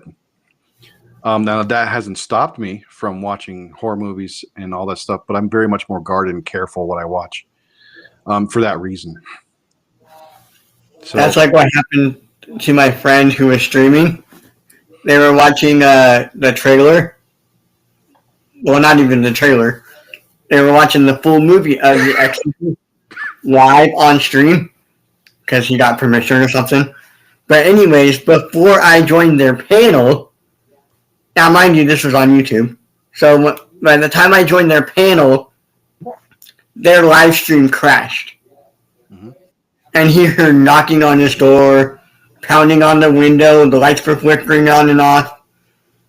and all of a sudden his computer exploded, like into pieces. It wasn't a laptop because he had a different computer then, but his whole desktop exploded after his lights flickered on and off, his door opening and closing and pounding on the window. And then after I joined the panel, after all that happened, he's like, "Hey dude, I just want to forewarn you. If you experience knocking on your door, get off of this panel immediately. Because it's still going on here." And I'm like, why are you live streaming again? It's not going to affect me. He's like, entities can travel through electricity. I didn't know if I believed him or not because entities can't travel through cameras. Well, I mean, not even that, but like he has a legion of demons. So it's not like it had to be the same one. It could have been one there and it could have been one that popped up by you. So like it's not like it had to have traveled. Satan has a legion, just like the Lord has a legion, right? Satan has a legion as well. And he can discuss things with them just like anybody else can. But the thing that is so scary anymore is that people would have attributed the secular world would have attributed what both of you and I've experienced something similar a couple of times. Demonology, basically. Well, they call it ghosts, whereas there is no such thing as ghosts. It's demons or angels. I believe you can see angels as well. It's the spiritual world. We're told that there's a spiritual world. Is it Elijah or Elisha? I can't remember. Who, like, he's coming out of the town and he's like his helper is like, there's no way we can make it through. Look at all those people. And he goes, Lord, show him everything. And the Lord opens his eyes and he sees the legion of God's army, right? That can battle all of those people in the valley. Like we are living, like I said earlier, when you brought up Dr. Blackard, we're living in a spiritual world. We're not living in a physical world. We see the physical world, but we're living in a spiritual world. We just don't always see it. But we often can downplay it to, oh, well, that was just ghosts, or that was just the wind, or that was just this. No, that was, you may have accidentally brought in the ability for demons to come into something. Or maybe you didn't even do it, but it's just something that's happening because, I mean, you're being tested or something like that. Like God is maybe testing you or something. You know, I mean, yeah, we had a situation when our oldest was only 3 months old. I saw a demon laying on top of her and he had the same eyes like what you described. I got chills when you said it because I was like, I've seen those eyes. But like the demon was laying I've never seen a demon thinking this. I was like laying on my 3-month-old child. And I mean, we went around and we covered every corner post of that house and covered it with the blood of Jesus. We were like, this is not happening. Like, absolutely in no way are we having this in our house. But you know, like it happens in, I don't know, I guess to bring it back to Odyssey, right? Like, thank God that we have this show that, or this I call it a show. It's not a show. We don't sit and watch it, but that's. we sit to it. I see it in my head. I'm a very visual person, so like when they're like I see it. It's like the movie plays in my brain. We're the seats of demons. Yeah, but like we are taught in that show to pray first. You know, I'm definitely way more a Jason where let's just get to work. Let's go do this. And I want to be more, like you said, a Jack. No, let's pray first. No, let's go to work. Speaking of that episode of The Time Has Come, when they were praying after you became a Christian, the phone rings and Bernard's like, it's even worse when I'm in the shower because he's praying. And then the phone rings. He's like, "Oh, it's even worse when I'm in the shower. Hold on, Lord." Oh, yes. He says, "Hold on, Lord." Wow, we've been on for 3 hours. Oh, my goodness. Yeah, so real quick, one of the last things I'll say is think it, Biggest podcast ever. yeah, well, if Odyssey were to make like a TV series on anything, I would love for them to do it, like make a series on Novacom, live action Novacom. How awesome would that be? Yes. Or the Blackers Chronicles. I feel like Novacom's hitting too close to home lately, though. I know. There's a discussion on it on the club. With today's technology and everything, I know it's getting kind of scary. But with a lot of discussion on the club about Novacom, I think they might be doing something. No, well, I mean, like they could do it. I mean, I'd be there to watch it. It'd be an amazing series. But yeah, I mean, I don't think they're ever going to do it. I'm just saying. Do an audio episode of Demons. That would be awesome. I'd have to take a lot of Xanax before watching a Novacom series. Get to me. Like Aram, who's really Mitch. Well, okay, so that's not so bad. I guess it's more when they're going after Tom. I really get mad when they're going after Tom. Like, I want to throw my phone every time. Like when they wanted to buy his barn from him? Well, we just listened to the episode on the way home today when they burned his barn down, and I grew up on horses. Horses are my spirit animal. Not that I believe in that, but like horses are my animal, right? Are you talking about the battle? When you burn down a barn with horses in it, I'm going to come after you. And I know they're fictional characters, but I really want to go after them. You might find yourself trapped like Connie did. You know what they should do too is I really love all the underground railroad ones. I want to see them make those into either live action or cartoons so that our kids can learn more of the true history of our country. Yeah, those are actually one of my favorite episodes. It makes me angry though to listen to it just a little bit because I know it's just acting, but the way, you know, like the guy, what's his name, voices Richard Maxwell, does the voice of one of the son's master's son, and the way he just treats him, it's like the fact that they, you know, this people could treat people this way and just look at them as property at one time. Sadly, still goes on today in some places, but it makes me angry every time. It's a great story, the Underground Railroad, but it makes me angry to listen to it sometimes just because. I might have to put you on the whipping block. Because if I were there, I would want to like strangle these white people. Oh, absolutely. And not to go too far, but we actually have a larger slave ownership going on in society today through. Yeah, unfortunately. Yeah. Kidnappings.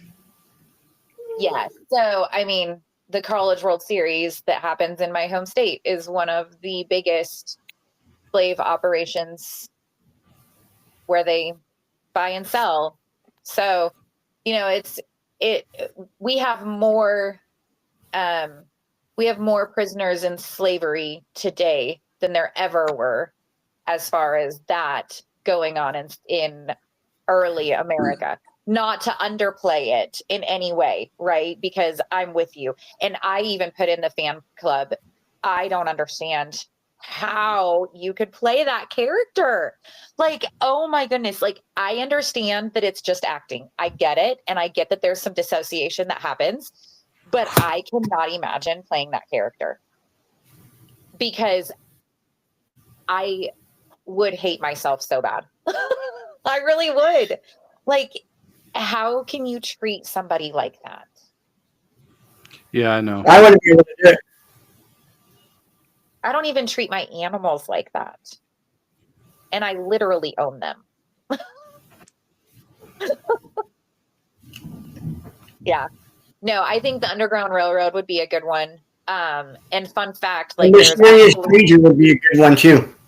the Benjamin who gets shipped out in the box. That story is actually based off of a real person who's Henry Oh, yeah. Box. I don't remember his last name, but Henry Box something.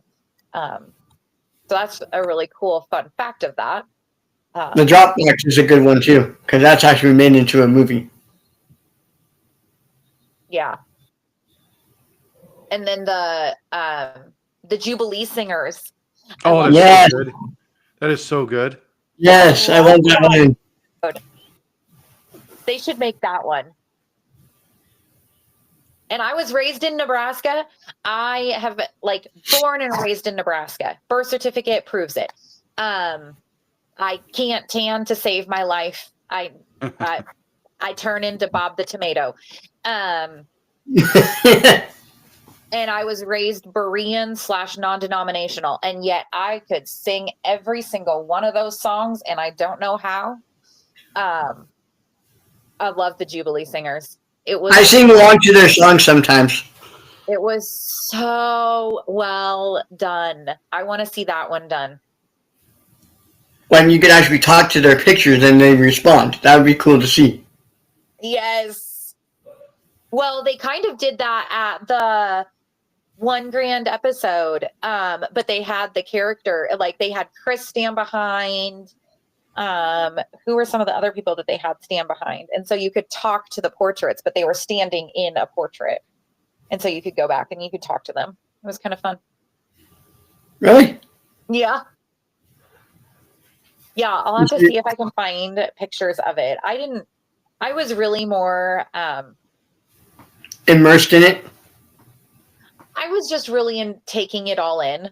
But I also do not like people, and there was way too many people.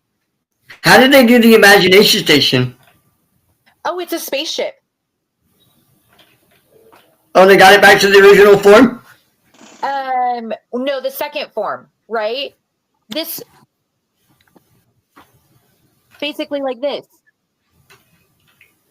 Like in the movie? Kind of. Yeah, let me see if I can find a photo. Well, we've been on for 3 hours. We can do that next time. But how did they like actually have people sit in the imagination station and stuff? Yeah, my kids sat in it. It's not gonna. It's on this phone that I'm using right now, and so I can't pull it up. But yeah, it was really cool. My kids sat in it, and like you could push buttons, and it let off. They must have had like smoke machines in it, so that like let off some smoke. Wouldn't it be so cool if they actually programmed it like a VR kind of thing? Virtual reality, where you push the button and you're actually there? Maybe. I don't know. But then we have the whole Zachary Sellers walking in it, and that couldn't actually happen in real VR. So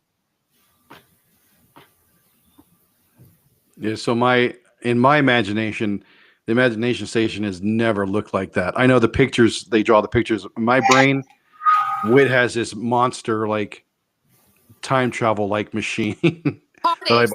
It's a TARDIS. Sorry. It's like a TARDIS because everything can happen in it. Mm-hmm. Like that would be cool at the One Grand Party if they had those characters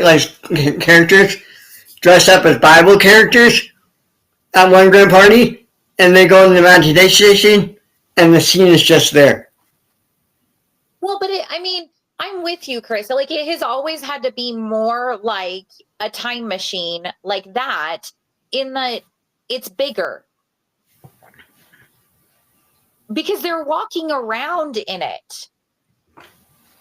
Well, also in the years as Wit has, as the imagination station itself has evolved, because Wit has added more doors, more technology within the station. During the consequence. Well, because it can hold 10 people now, right? I assume so. They haven't done I don't think they've done an imagination station adventure in a while, but I know the last one I listened to, I think it was. Wait. I could. They are making another Imagination Station adventure in the club episode. Well, I mean, like, so, like, what was Oh. the name? Always home. Always home. It was the one with Wooten where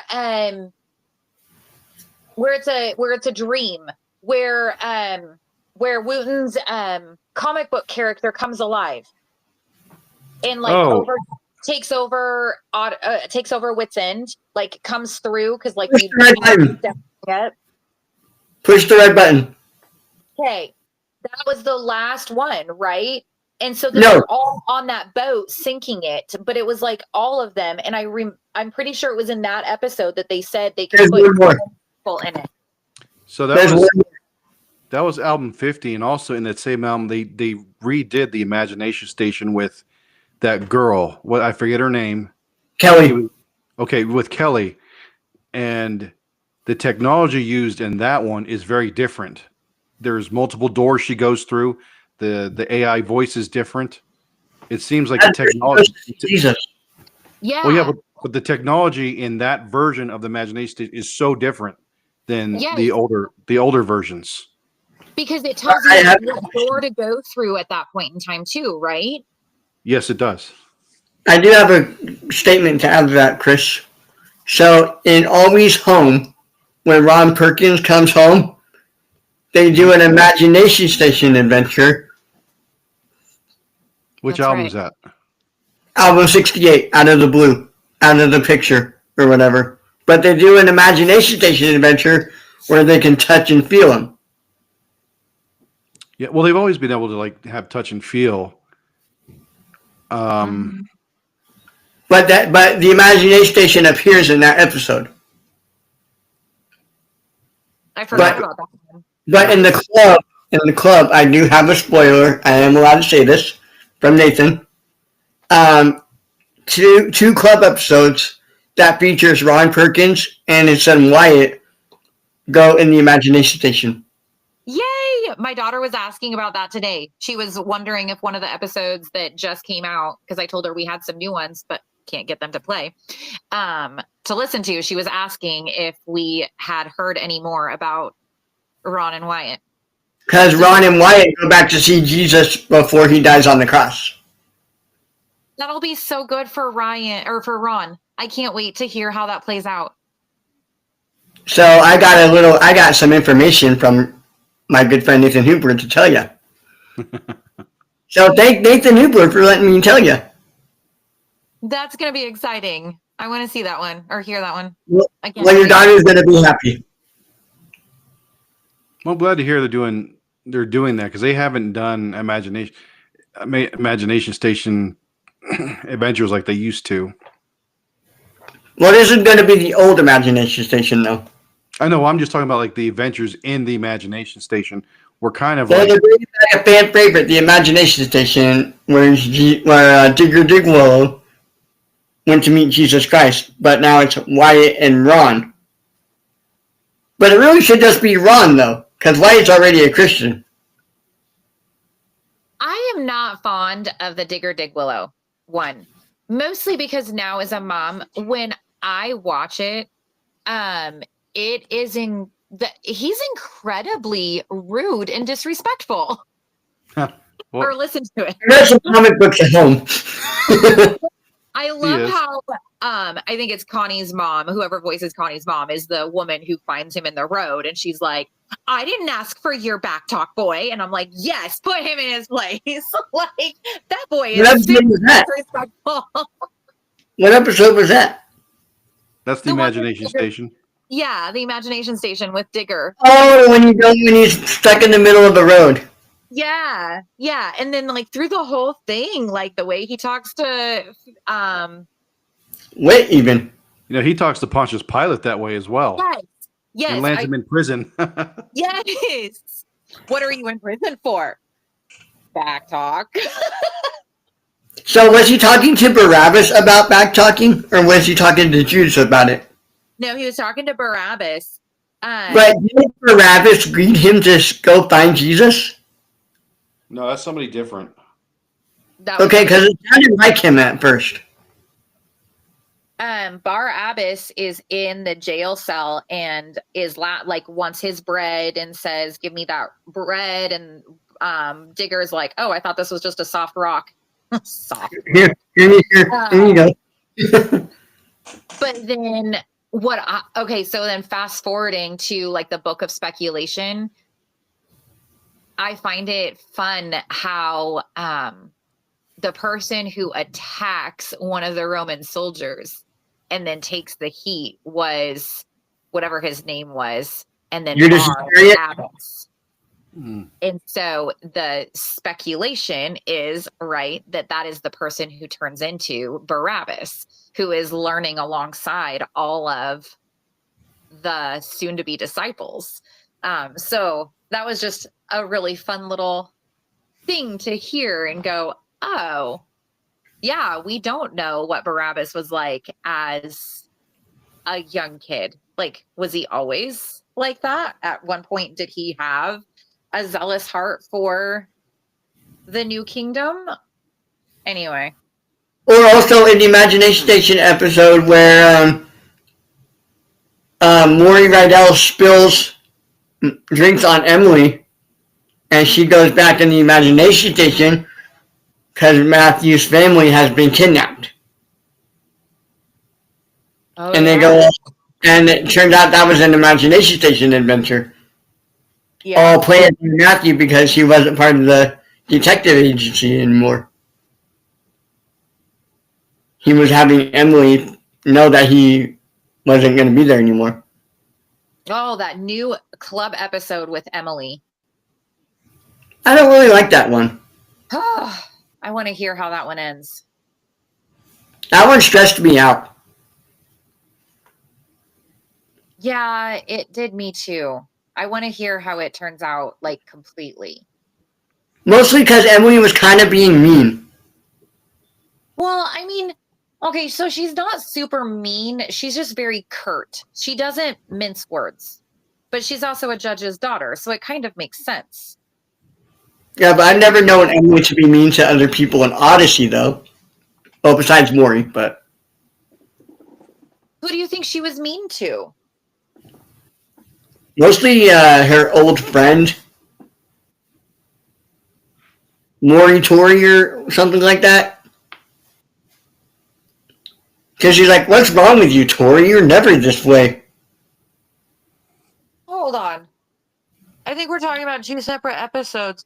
I'm talking about the one... Are you talking about School of Nuts? That is the newest one. No, sorry. I'm talking about the one where she gets accused of... bullying... Yes. Bullying the disabled girl. Chris? No, not Chris. Yes. Crisscrossed. The crisscrossed episodes. Which we haven't fully That heard. one stressed me out. That one stressed me out. I didn't really understand it. You've got Chris and Anthony. Chris Anthony. That was fun. That one I really didn't understand. Kind of like the Heavens Declare. I didn't understand that one. The Heavens Declare. That was when Whit and Renee went back in time to see how scientists are Christians. Oh, I loved that one. I mean, it made sense a little bit, but to prove to someone who's an atheist that science does involve faith, they won't really get it. She was kind of rude to it at the end. You know what I wish they would do, and I always have these ideas. This idea just came up in my head.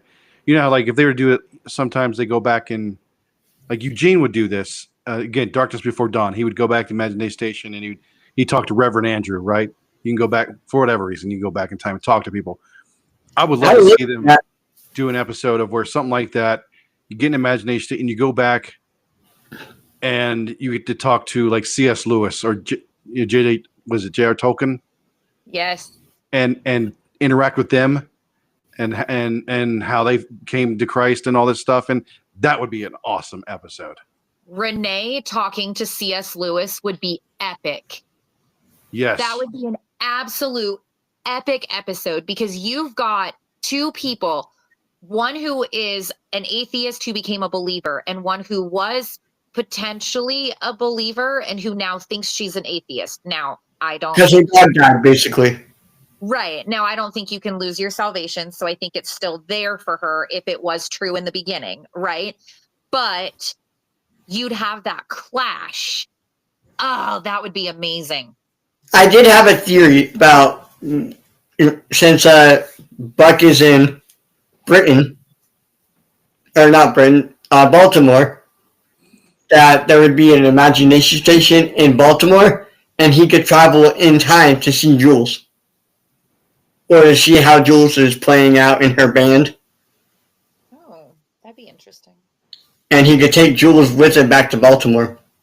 Yeah, but I don't think the imagination station works that way. That's more like Not time like travel. Or I don't know how that works. It's not the Willy Wonka machine where it takes you apart and puts you back together in particles. Now, I would love to see who Jules is dating now. I just want Connie to get married and have a family. Jeff Lewis. It has to be Jeff. They brought him back. It has to be Jeff. They did bring Mitch back too. I wish they had killed Mitch off in that in Nova. They brought him back in album 70, Unrelatable. Yes, but they're very incompatible. Like Mitch is already married too. completely incompatible. But they were incompatible right from the start. Oh, they were so incompatible. They shouldn't have ever gotten back together. But that's a whole other 3-hour episode. Okay, I can't believe that I didn't remember this when you were asking me through Messenger, Charles, what my favorite episode is. My favorite episode is It Is Well With My Soul. Yes, I love that one. I It's amazing to see how that all played out. I cannot sing that song in church without crying simply because I know what he went through as he wrote the song. It's sad though to hear it. Thanks to Mr. Whitaker. But No, he actually did sing that in the choir. Because he played it for whoever it was that stopped by, and she's like, "Is that you, Mr. Whitaker?" mm-hmm. Who wrote that song? But anyway, okay, well, the kids are asking to go to bed, so I should probably sign off. It was good chatting with you. All right. Yeah. Have a good evening. All right. See you guys later. All right.